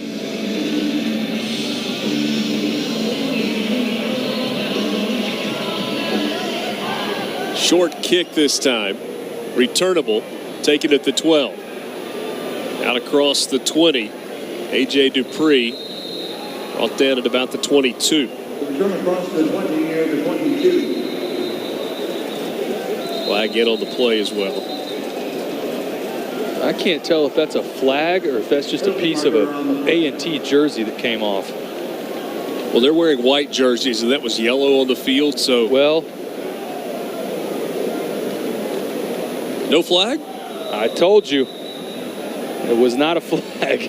We got a towel for A&T. We got some yellow in that uniform. Come on. There you go. Playing the first and 10. Beginning the drive. North Carolina A&T has run 9 plays in the third quarter for a net -1 yard. Their first 2 possessions tonight offensively, they ran 19 plays, covered 85 yards, made a field goal, but since then they've gone 14 plays, 31 yards with 2 punts and a missed field goal. And the way that they're having to move the ball is into that strength of this UAB defense that we've talked about, that front 7 led by Fish McWilliams up front. A&T, this is going to be something they'll have to work through really the entire season with 2 young quarterbacks. Downfield passing game, I have liked when they've moved the pocket for Eli Brickhandler, get him away, roll the pocket, easy reads. They haven't done a lot of that tonight, but that has been clearly an area that they've struggled in. Talking about losses from the A&T team from a year ago. Wesley Graves on the carry. Probably none more significant than Bashal Tootin, who had over 1,300 yards rushing and 13 touchdowns last season. That was just on the ground. He had 17 total touchdowns. They also lost a couple of key pieces on the defensive side. Tyquan King went to East Carolina, so did Caleb Jones. From their 28. Carfer Kaba transferred to North Carolina Central. Sterling Burkhalter ended up at Cincinnati, a wide receiver. So this is a young football team in its first year in the CAA.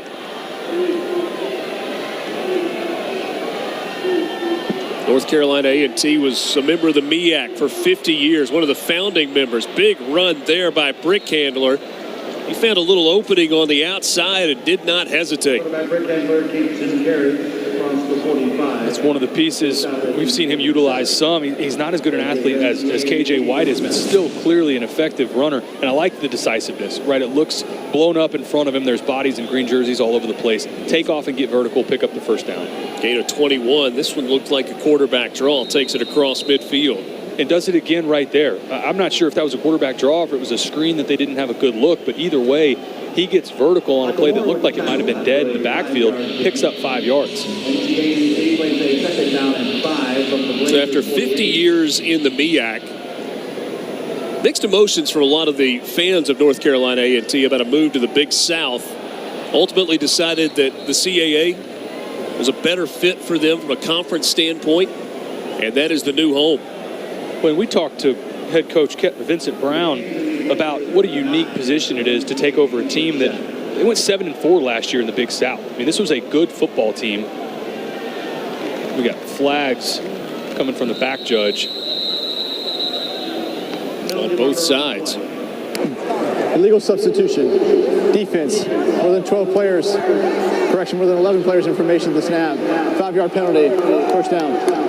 But going back to head coach Vincent Brown, it's just unique that a 7-4 team, they moved on from their former head coach. They bring in Coach Brown and his staff, and he talked about, look, that's the standard here at A&T. It is a winning culture, a winning history, wanting to compete at the highest level. And in this new conference, they're expecting to compete right away. Dixon and Graves both in the backfield this time. The handoff is to Graves, and he's got a hole. He's got a first down close to the 25-yard line. Dropped at the 27. Big collision with A.J. Brown, who looks like he's shaken up from the safety spot. Look on the right side of your screen. Bam, right there. Woo, man. A.J. Brown grabbing that arm almost like what you see with a stinger. He's now off the field with the medical staff. Hopefully he's okay. Well, Wesley Graves looks like a Mack truck coming downhill, too. 5'9", 225.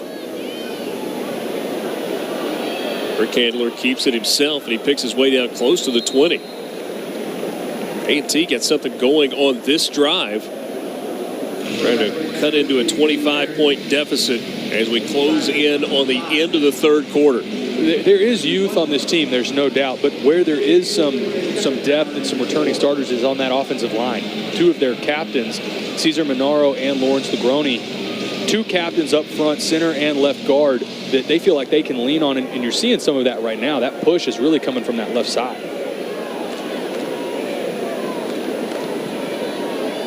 Charlie Dixon on the carry, and Dixon going to pick up a first down across the 15-yard line. And again, working that left side, leaning on Lawrence Legrone, Jason Ivey. So we go to the fourth quarter at Protective Stadium in Birmingham. UAB in control, but North Carolina A&T trying to cut into the deficit. A massive night tonight for UAB starting quarterback Jacob Zeno.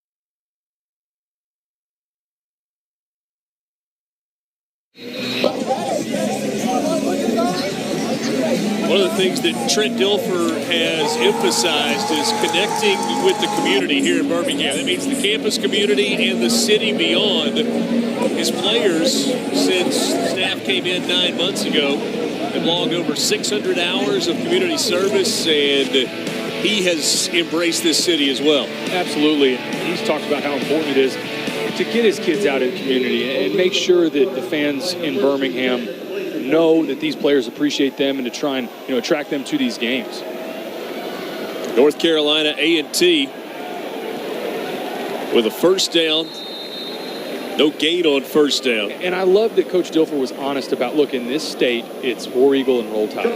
But there is also a place for UAB.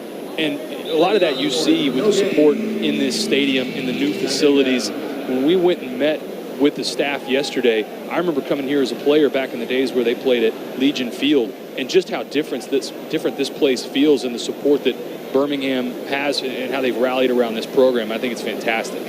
Nicholas Dobson slow getting up, being helped off the field by the training staff for North Carolina A&T. And Birmingham is a city, and a ton of credit to the leadership here, has really had a renaissance over the course of the last decade and a half. This area where the stadium sits is completely developed. New hotels, restaurants, recreational facilities. If you want to hit golf balls into nets along the highway, you can do that very close to where we are. Birmingham has turned into an incredible food town. Clearly. Shout out Automatic Seafood last night. Yep, no doubt. And look at, 50 wins since return to play. What this team has accomplished in a really short period of time. Rick Handler, nothing to do, nowhere to go with it. Is that one where you want to see him throw it away? Yeah, you do, because that's an unnecessary shot there at the end. And now, unfortunately, it looks like he's slow to get up. And those are the licks as a quarterback that you just don't need to take. Hopefully he's okay. Looks a little bit hobbled there on the sideline. And there's that balance of trying to make a play, but sometimes you got to realize there's not a play to be made and just get ready to do it again. And he's back down in a lot of pain. You hate to see that. And also Tariq Stewart, the Cleveland, Ohio native, transfer from West Virginia, looking at his left leg. That's the 5th sack of the night for UAB. We'll be back after this timeout.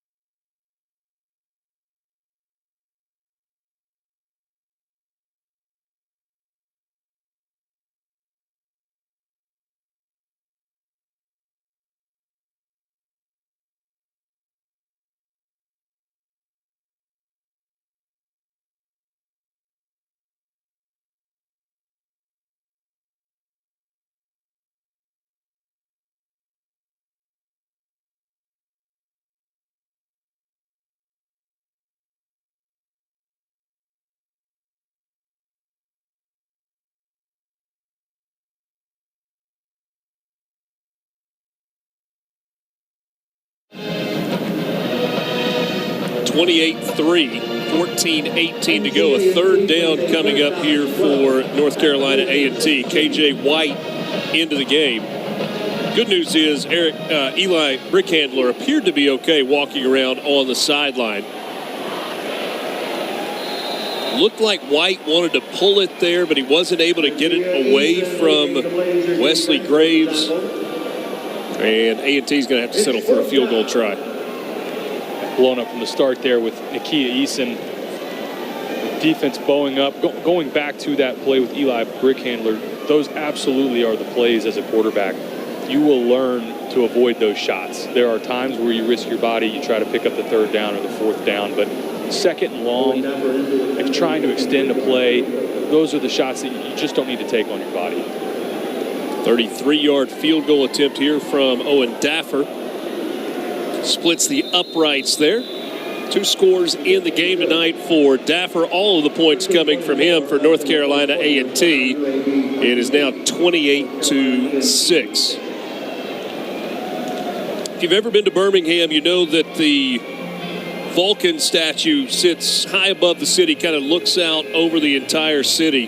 Trent Dilfer, last night, right at sunset, took his team to the site of the Vulcan statue and talked to his team about the city below being what they are playing for. It kind of goes back to what we were talking about earlier about really trying to embrace Birmingham by this football team.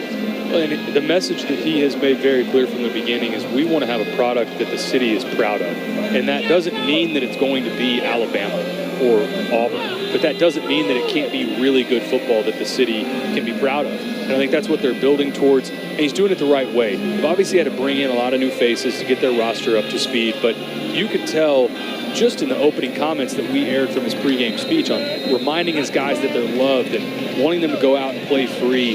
That's not always the message from college coaches, and I think it's refreshing, and for as best we can tell, it looks like Trent Dilfer's doing this the right way, ground up, and I think Blazers fans have a lot to be excited about. The Vulcan statue, by the way, is the largest cast iron statue in the world. It is the city symbol of Birmingham, reflecting on the roots in the iron and steel industry. It goes out of bounds, so good field position coming up here for UAB. Kick out of bounds. Kicking team. By rule, the ball be placed at the 35-yard line. First down. 56-foot tall statue that depicts the Roman god Vulcan. You feel like you know more now than you knew just a couple of minutes ago? I'm enlightened. What else you got? A Kaneka dog down there on the dogs. I still need to eat mine, or the rest of mine. Richard Cross, Taylor McHarg with you from Protective Stadium. Opening game of the year for UAB and North Carolina A&T. UAB now has Lee Beebe in the game in the backfield.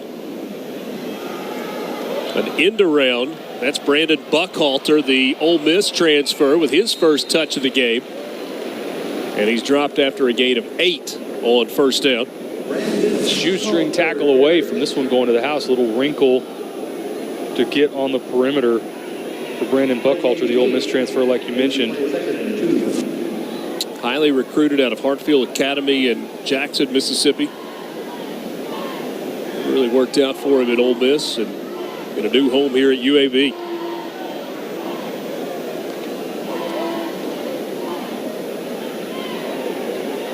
Solid run for a first down to move the chains. It has been nice to see from UAB how well they've spread the ball around. I mean, that's the first time tonight we've called Brandon Buckhalter's name, but really a lot of touches from all the different skill positions throughout the night. BB on that last carry. Down the field, Zeno trying to catch, and that snaps a streak of 20 consecutive completions. Just the second incompletion of the game for Jacob Zeno. I thought maybe that was a little forced. Trying to fake the screen game. They've obviously thrown so many of them tonight and then take the shot play over top. But David Laney, the East Carolina transfer, was in a good spot at the safety position. I think that's one where you work back down if you're Jacob Zeno, find your check down, or just take off and run. Follow.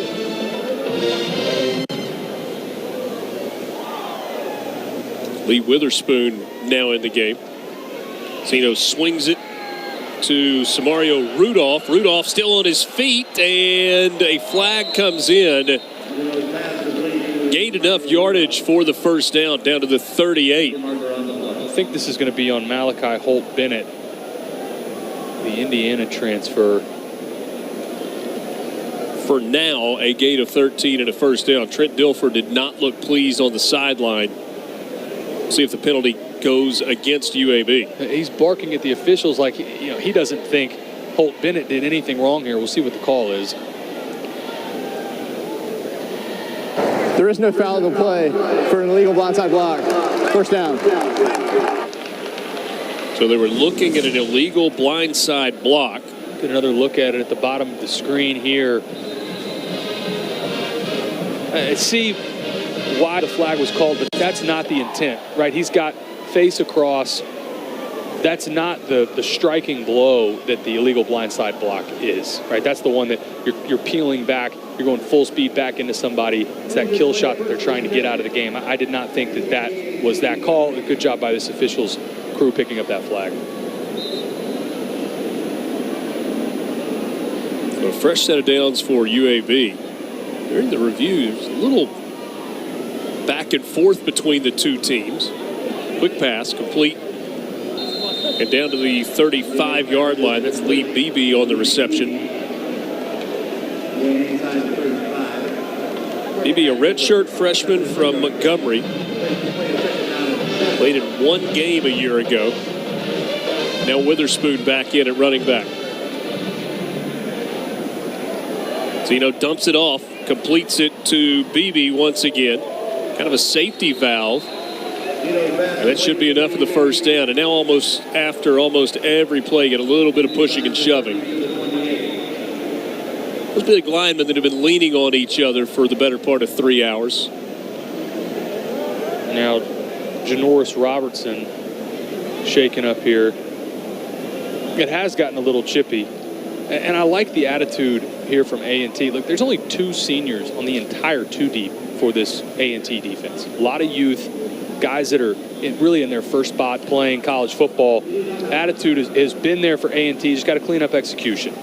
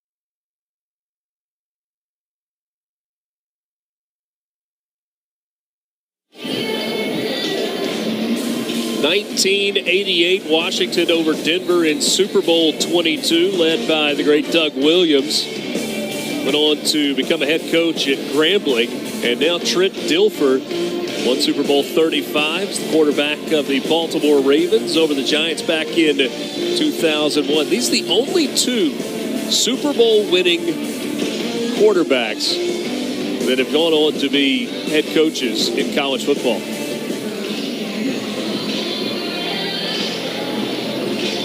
Is that surprising at all to you? I don't think so. I think not every player would become a great coach. Michael Jordan's been very open about that as the greatest basketball player of all time. Lee Witherspoon.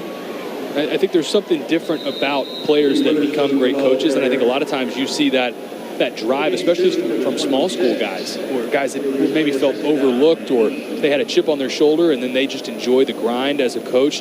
if you became a Super Bowl winning quarterback, you've accomplished a lot. You probably, especially in this day and age, you've got plenty of money in the bank. Do you need to grind in the way that college football coaches do? But you hit the nail on the head earlier when we talked to Trent yesterday about how he just felt, I wasn't fulfilled sitting at home playing 200 rounds of golf a year. That just wasn't for him. And he had that itch to get back and do it in a meaningful way. Nearly a big-time interception. Janaz Sumter couldn't hang on, jumped the route. Maybe the first poor decision that we've seen tonight from Jacob Zeno. He had the one throw in the first half that could have been intercepted, and this one should have been and should be points for A&T going the other direction. Blazers playing a third down.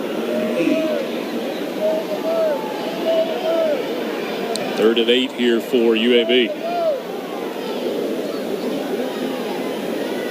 Zeno with plenty of time across the middle of the field, complete for a first down.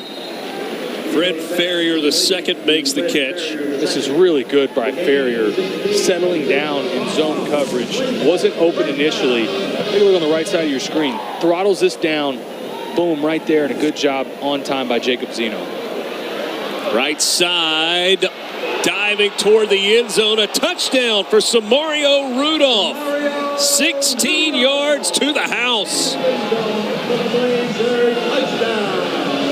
Everybody's getting a turn tonight for this Blazers offense. Samario Rudolph getting his name in the mix. Makes one miss at about the 5-yard line, extends that ball out for the score.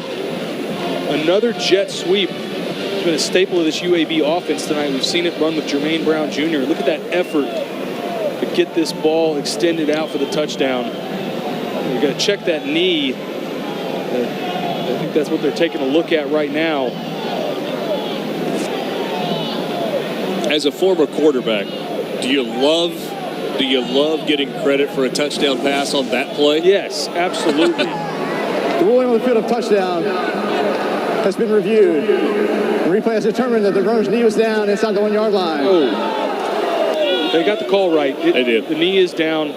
Unfortunately for Samario Rudolph, this is coming back. It'll be marked at the half-yard line. To answer your question, yes. And we did not have that in our offense. We ran the traditional jet sweep. All of that turned into rush yardage. We played Case Keenum in Houston, and he would throw for 700 yards every game, and it felt like 200 of them were from the pop pass. I was like, can we implement that for me, please? But we did not. We have to hand it off. Can I not just toss it into the air as he comes through? And also, more importantly, if it gets blown up, it's just an incomplete pass. So the ball is placed inside the 1-yard line. He went down at about the 2, but the ball was extended out across. Jacob Zeno has no idea that they got to go back out and run another play. He was helmet off, bench area. He's getting a play call. The majority of the plays, we assume, tonight have been called by Alex Mortensen, the offensive coordinator, who is doing that for the first time. He's gone from an analyst role at Alabama, has never been a position coach, and has taken on the role of offensive coordinator. Trent Dilfer said, I don't want to call plays, but I probably will some. He talked about it being a collaborative effort, and he also made the statement, he said, if I'm going to hire an offensive coordinator, I want to hire somebody that I think is better calling plays than me, which is a pretty big compliment to a guy who has never called plays before. Not done it before, that's right. But I think Alex Mortensen is not your traditional assistant that he was, at Alabama in title alone. Ooh, this play blown up and driven back. See where they spot it. Spotted at the 8-yard line. Henry Daniel blows this play up. It's a guy that Josh Seidenberg, defensive coordinator, says, look, he just plays his tail off. Shows up every day, ton of effort, and they turn him loose. Seeing that pop pass, we just talked about it a second ago. All night, that's really been blocked up pretty well. But back-to-back plays, not a lot of push up front for UAB, and go from the half-yard line back to a 3rd and goal from the 8. That was a loss of 7.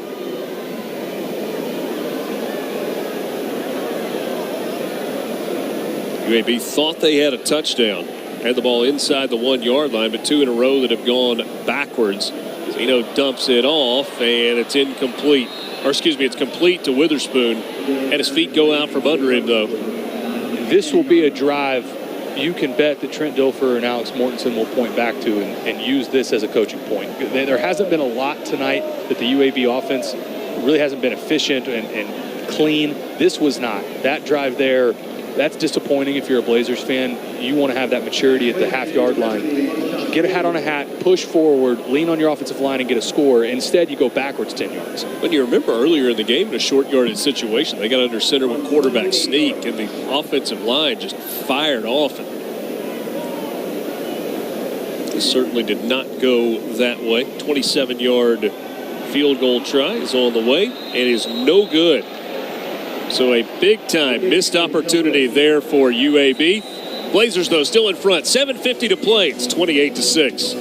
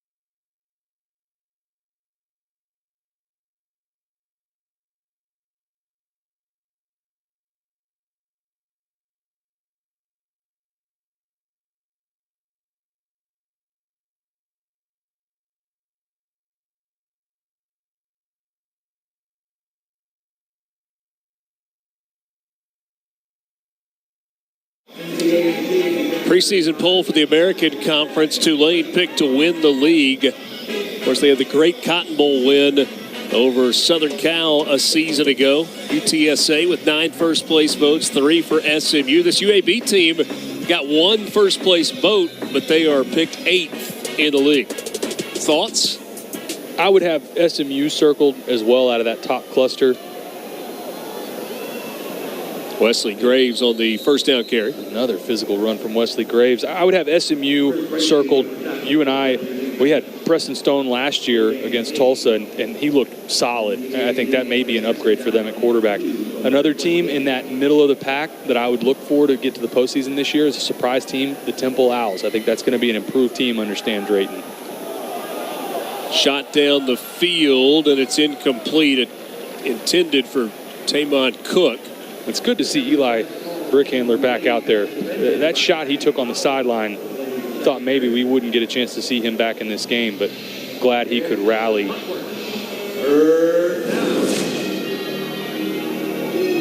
Get another look at this. Just taking a deep shot. Really pretty good defending on the back end. Corner's in a good spot. Ike roll. Get another 3rd and short here for the Aggies. Need to go across the 30-yard line. Rick Handler on the handoff, and the extra effort, Wesley Graves. Strong downhill runner. They describe him as the bell cow in the backfield. And A&T is still running tough. Whether it's the running back spot, whether it's Brick Handler fighting to try and, we talked about a minute ago, extending plays even when we say maybe you shouldn't have, but you can appreciate as a fan of the Aggies, there's no quit in this team. Clearly putting forth effort late in the fourth quarter. Inside 7 minutes to play.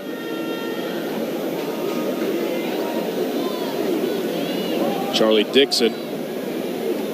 Not much room there. Tackle that time for Jackson Bratton. Jackson Bratton with another tackle. And we talked with Trent Dilfer about Jackson Bratton. We talked with new defensive coordinator Sione Tafo'o about him as well. And it was Tafo'o who really said, this is his time. He's played the game. He's been around it for a while. Transfer from Alabama. He's a fourth-year college football player. Tonight, a career-high 10 tackles for Jackson Bratton.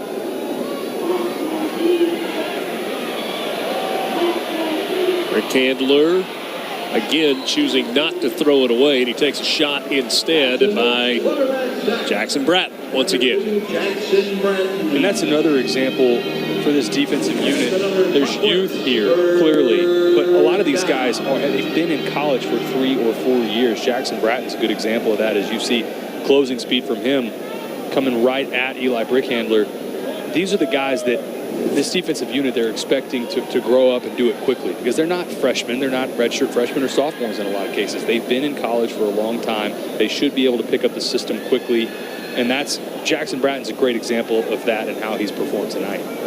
Lawrence LeGrone, the injured player for North Carolina A&T. LeGrone, one of the team captains, fifth-year senior from Douglasville, Georgia. 28-6, UAB in front with 5.5 to play.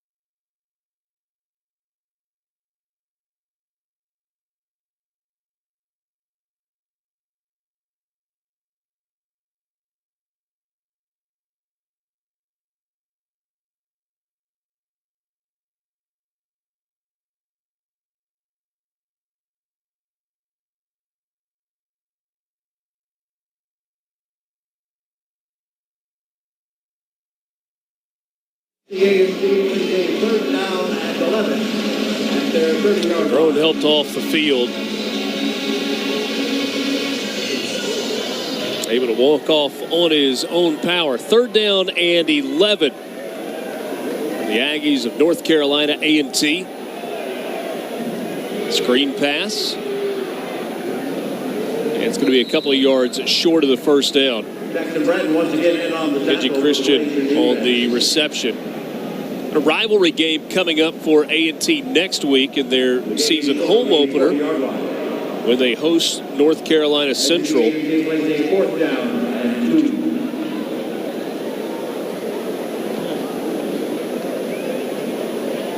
2. A&T going to punt it away. Caleb Brickhouse, the punter for the Aggies. Iverson Strap hooks back to return it for UAB. Let this one hit. Takes a big Aggie roll down inside the 10, inside the 5. Caleb Brickhouse had the one punt that he shanked, his first of the season. It went 20 yards. This one goes 61 yards, and it's down at the 1. He also has a 50-yard punt tonight. How about some of the guys to watch this year in the American Conference? Frank Harris, over 4,000 yards through the air last year. We've talked a lot tonight about Jermaine Brown. Michael Pratt, one of the best quarterbacks in the country, returning after a 3,000-yard passing season a year ago. That's huge for Tulane to get Michael Pratt back. I don't think it was any secret that there were a lot of schools around the country that would have taken him in the portal, and he decided to come back. That's a guy that you'll see get drafted next year, one of the more talented quarterbacks in all of the country at any level, and really a huge deal for Coach Fritz and that staff to get Pratt back for this last season. Jacob Zeno has gone the distance at quarterback tonight for UAB. Stands in, dumps it across the middle. Little breathing room after that first down completion. Malachi Holt-Bennett on the catch there for UAB. Not an easy schedule early for Tulane either. They open with South Alabama, and Kane Wallach's done a really good job with that program. In week 2, they host Ole Miss at Yulman Stadium. That likely will be a top 25 matchup between those two teams. And then in week 3, they've got to go to Hattiesburg and take on a Southern Miss team that beat them in New Orleans last year. That's right, and that was the one blemish really early in the season. I thought when you look back at the end of the year, man, what the heck happened against Southern Miss? But I totally agree. That first 3-week stretch of the non-conference schedule, it will test Tulane and some of the depth issues that they have in spots that they lost guys to the NFL. Run out across the 10-yard line. That's going to be really close to a first down. It is going to be a first down. Lee Beebe Jr. At the ball, laser first down. It's to carry it again straight ahead. And he's going to pick up, what, about 9 yards there? Some of what we're going to be watching for in the American, that Tulane-Memphis game on October 13th. How about when this UAB team heads to San Antonio? They actually gave him a 10-yard gain there. North Texas SMU, little Dallas metro area rivalry game. Friday night action there. How about that final Saturday of the regular season when UTSA and Tulane hooked up? You mentioned Jeff Traylor earlier, the job that he has done with that Roadrunners team. That's another program for fans that maybe you're not as familiar with UTSA and what they've accomplished. They have only been playing football for a little over a decade. And that was another team that when they joined Conference USA as a player, we went to the Dome and to see the Alamo Dome, to see what they have become in such a short period of time and what Jeff Traylor has built. I think it's one of the more impressive coaching jobs in all of college football. Pass complete. That's Fred Ferrier with another catch, his third of the game. And for as impressive and as important as it was for Michael Pratt to come back at Tulane, getting Frank Harris back for UTSA was critical. And I think that's why you see them getting top 25 votes. They're not there right now. They've got a couple tests early. They go to Houston, they're road favorites right now, and then they get a chance to go to Tennessee. If they're really as good as some people think they are, and I'm one of them, I'm not saying they're going to go in and get a win in Knoxville, but I think they can compete with that Tennessee team. That's week 4, September 23rd. It's a game that was scheduled by the previous administration at Tennessee. My guess is if Danny White was scheduling games, he probably wouldn't schedule UTSA Probably right not. now. Good for another Baumhauer's Blazers. First down. Dallas Payne juggled that one, but was able to hang on to it for the first down. Clock running inside 2 minutes, closing in on a minute and a half. 13 yards on the carry. This is exactly how UAB wanted this drive to go. Just chew up clock, pick up first downs. Trent Dilfer on his way to a career-opening win as a college football coach. Did a lot of winning at Lipscomb Academy the last couple of years. 26-1 in his last 2 seasons with 2 Tennessee State championships, and arguably one of the most talented high school football teams in the history of high school football in Tennessee. And you said it best on when he got there and turned on the tape of what he was inheriting and literally cried. And it was not happy tears. It was, man, we've got a long way to go. I think it's clear tonight. Look, there's a big difference in Lipscomb Academy and UAB, but this program is in a good spot. And I think there's some building blocks here that they'll be able to work with. I really was impressed tonight with Jacob Zeno. They'll be tested early as well. I think, even on the road at Georgia Southern, ULL, that's traditionally a good Sun Belt team. And then obviously at Georgia, at Tulane, that's a tough back-to-back stretch as the calendar turns to October. Less than a minute to play. Zeno wide open, middle of the field, down to the 5-yard line. Fred Ferrier with the catch. Jacob Zeno, 28 yards on the pass. He may not get to 300 yards tonight, but it has been a good night throwing the football. 287 yards passing tonight for Jacob Zeno. He dumps this one off, and he's got another touchdown pass. Iverson strap hooks, diving for the pylon. And UAB adds a touchdown late with less than 30 seconds to play. Now, part of me thinks that was Trent Dilfer and Alex Mortensen wanting to make up for that drive where they had it at the half-yard line and didn't punch it in. Good for UAB to cap this off. Jacob Zeno again. Good play action. A significant play to some. Indeed. Extra point is good. It is now 35-6. That's a 29-point lead for UAB. So the Blazers get it done on opening night. And what a night for Jacob Zeno. 291 yards, 3 touchdowns through the air, 38 of 41. And he is our player of the game. Our player of the game brought to you by Geico, proud partner of the American. And what other choice could there be tonight? Well, he was so efficient all game. 38 of 41, 291 and 3 touchdowns. Really just a couple blemishes in there, a couple errant throws. Outside of that, this really was sound decision-making, getting the ball out of his hands quick. Obviously has a good understanding of what they're trying to accomplish here in this Alex Mortensen-led offense, and just was really impressed by Jacob Zeno all night. You can see also why he was voted a captain as a first-time starter here for the Blazers.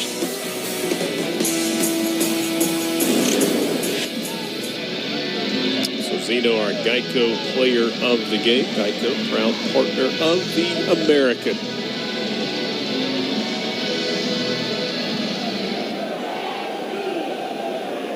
Kickoff taken at the 5. Damon Cook. Well, he's got some room on the outside. Spun around and dropped as he goes across the 35-yard line. Little extra pushing and shoving. Damon Cook with the return. I suppose it's possible that North Carolina A&T took a little exception to that last touchdown. I think that's certainly possible.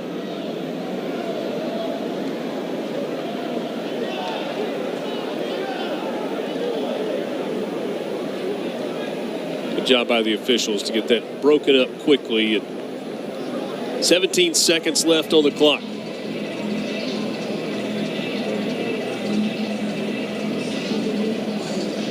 Dylan Hopkins is the last UAB quarterback to throw for 3 touchdowns in a game. Did that against BYU in 2021. Jermaine Brown, not nearly as much action in the second half, certainly not in the fourth quarter. He had 10 touches in the ball game. 80 yards, couple of touchdowns, both of those on the ground. Handoff straight ahead. And that should do it on this opening Thursday night in Birmingham as Wesley Graves gets the last carry of the game for North Carolina A&T. 35-6 the final. The UAB Blazers win in Trent Dilfer's debut as a head coach, and UAB will now get ready for Georgia Southern. They go to Statesboro next weekend as they try to keep it rolling. Really good start for this UAB football team, and especially for Jacob Zeno. It's exactly, especially on the offensive side early, exactly what I think this team needed. And we talked about there will be challenges that come. Obviously, there's a couple stretches where this schedule gets difficult. But for Trent Dilfer's opening night, it's a new staff, 51 new players on this team like we talked about. Good opening night, good first step, and good to get a win under their belt. We're going to get a chance to visit with Trent Dilfer here in just a moment as his team gets a win to start the season. And they were led